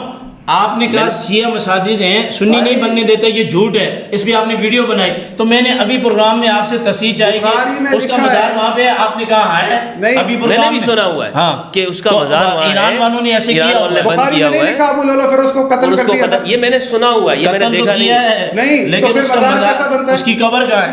نہیں بات یہ ہے کہ وہ کہاں چلا بخاری میں لکھا ہے نا آپ کے پاس. یہ تو میں نے آپ سے تصدیق کرائی. اور اب میں آپ کو یہ کہہ رہا ہوں آج کے پروگرام سے ایک جملہ بھی آپ کاٹیں گے تو آپ خائن ہوں گے. اچھا ایک جملہ بھی اگر آپ کاٹیں گے تو آپ خائن ہوں گے. دیکھیں اس پروگرام یہ میں بتا رہا دیکھیں گے، ہوں ایک جملہ بھی کاٹیں گے نا آپ خائن ہوں گے. صحیح، ٹھیک ہے. آپ نے جو باتیں کی ہیں اور زہرائی صاحب کا وہ چہرہ بھی دکھائیں کہ یہ آپ جناب سے کر کے مجھ سے باتیں کرتے ہیں، اور جس انداز سے یہ اٹھے اور انہوں نے آج جو سلسلہ کے یہ بھی دکھائے آپ کو. ذرہ برابر بھی آپ کے لیے بغض نہیں رکھتے، لیکن آپ رکھتے ہیں. نہیں یہ بات ثابت ہو گئی. آپ چھوڑ دیں. نہیں ہم محبت کریں ایک دوسرے سے. آپ لوگ انہوں نے کہا کہ تلخ کلامی ہوئی تو میں نے کیا کہا جذبات ہوئے. آخری جملہ آپ اس پروگرام کے حوالے سے کہنا چاہیں جو آپ کے مدعا ہے اس پہ آخری جملہ ایک منٹ. بات سنیں، بات یہ ہے کہ جب آپ اس پروگرام میں آتے ہیں، اس پلیٹ فارم پر آتے ہیں، کہ کوئی بھی پلیٹ فارم ہو، اگر آپ کے پاس علمی دلائل ہیں تو بات کیا کریں، جذباتی بات نہ کیا کریں. لوگ یہاں پر آپ کی جذباتی باتیں سننے کے لیے بیٹھے نہیں ہیں، لوگ آپ سے دلیل چاہتے ہیں. اور خدا کی قسم زندہ وہی رہے گا جس کے پاس دلیل ہوگی. بات یہ ہے کہ مجھے جس گھر کے ساتھ میں کھڑا ہوں، جس کتاب کے ساتھ میں کھڑا ہوں، مجھے اس پر یقین ہے کہ وہی حق ہے، وہی سچ ہے. میں جن کا ماننے والا ہوں، جن کا پیروکار ہوں، جو میرا عقیدہ ہے، میں نے اپنی رائے سے، اپنی سوچ سے کبھی کوئی بات بیان کی ہوئی ہو تو آپ میرا گریبان یہاں سے پکڑیں. ٹھیک ہے. میں نے آپ کے سامنے جب بھی پیش کیا قرآن اور اللہ کے رسول کی حدیث پیش کی. اس کے برعکس لیکن کیا ہے، ذاتی اٹیک، ذاتیات. چلیں ٹھیک ہے، آپ کی گفتگو آ گئی. ہزاروی صاحب آپ آخری منٹ میں کوئی بات کہنا چاہیں؟ جی. جو الفاظ کو استعمال کر کے آج جو ہزاروی صاحب نے عمل کیا، مجھے بہت دکھ ہوا، تکلیف ہوئی. میں معذرت چاہتا ہوں ہزاری صاحب کی طرف سے. نہیں دیکھیں، بات یہ ہے کہ آپ ظالم بھی بنو مظلوم بھی بنو، آپ دونوں مل کے مجھے کھینچو. حدیث سنائی، آپ نے اس کے اوپر اتنا بڑا واویلا کیا، تہمت لگائی کہ بھائی آپ جو ہے مکمل کریں. آپ کو اللہ دیکھ رہا ہے. آپ کے پروگرام سے آخری میرا محبت کا پیغام، معاشر میں آپ بھی جائیں گے، میں بھی جاؤں گا، اللہ کے سامنے ہماری عدالت لگے گی انشاءاللہ. علامہ صاحب فَاصْبِرُوا حَتَّى يَحْكُمَ اللَّهُ بَيْنَنَا وَهُوَ خَيْرُ الْحَاكِمِينَ. انشاءاللہ.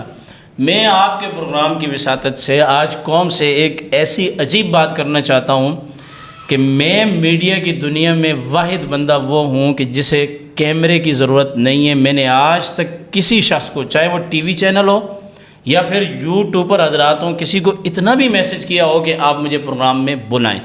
ٹھیک ہے ہمدرد بھائی، آپ مجھے بلاتے ہیں، مجھے 100 سے زیادہ فون آتے ہیں. ٹھیک ہے، آپ کا شکریہ کہ آپ آ جاتے ہیں. سنیں، محمد اویس بھائی مجھے بلاتے ہیں، 100 سے زیادہ مجھے فون آتے ہیں، مگر میں آپ لوگوں کے چینل پہ میں اچھے طریقے سے جانتا ہوں آپ کے عقائد کیا ہے، میرے کیا ہے، ان کے کیا ہے. میں صرف سنت حسینی ادا کرنے کے لیے آتا ہوں. بہت شکریہ آپ کا علامہ زرعی صاحب، علامہ عبدالقادر ہزاروی صاحب، آپ کا بہت بہت شکریہ کہ آپ اس پروگرام میں تشریف لائیں. ناظرین کرام، امید کرتا ہوں آپ خیریت سے ہوں گے. اگر آپ نے یہ مکمل ویڈیو دیکھ لی ہے، اس حوالے سے آپ کے پاس کوئی سوال ہو تو کمنٹ میں لکھیے گا کہ پروگرام کے حوالے سے آپ کے ذہن میں کیا سوال ہے، تاکہ نیکسٹ سیشن میں ہم دونوں صاحبان علم سے یہ سوال کر سکیں. آج کا جو موضوع تھا، صاحبان اولو الامر کون ہیں اور ان کی پہچان کیا ہے. اہل سنت والجماعت کی نمائندگی کر رہے تھے جناب عبدالقادر ہزاروی صاحب، اور اہل تشیع کی نمائندگی کر رہے تھے جناب حافظ سجاد زرعی صاحب. میں دونوں کا متشکر ہوں اس پروگرام کے حوالے سے. اگر کوئی رائے ہو تو آپ ضرور دیجیے گا. اپنا اور اپنے پیاروں کا خیال رکھیے گا. فی امان اللہ. السلام علیکم و رحمۃ اللہ.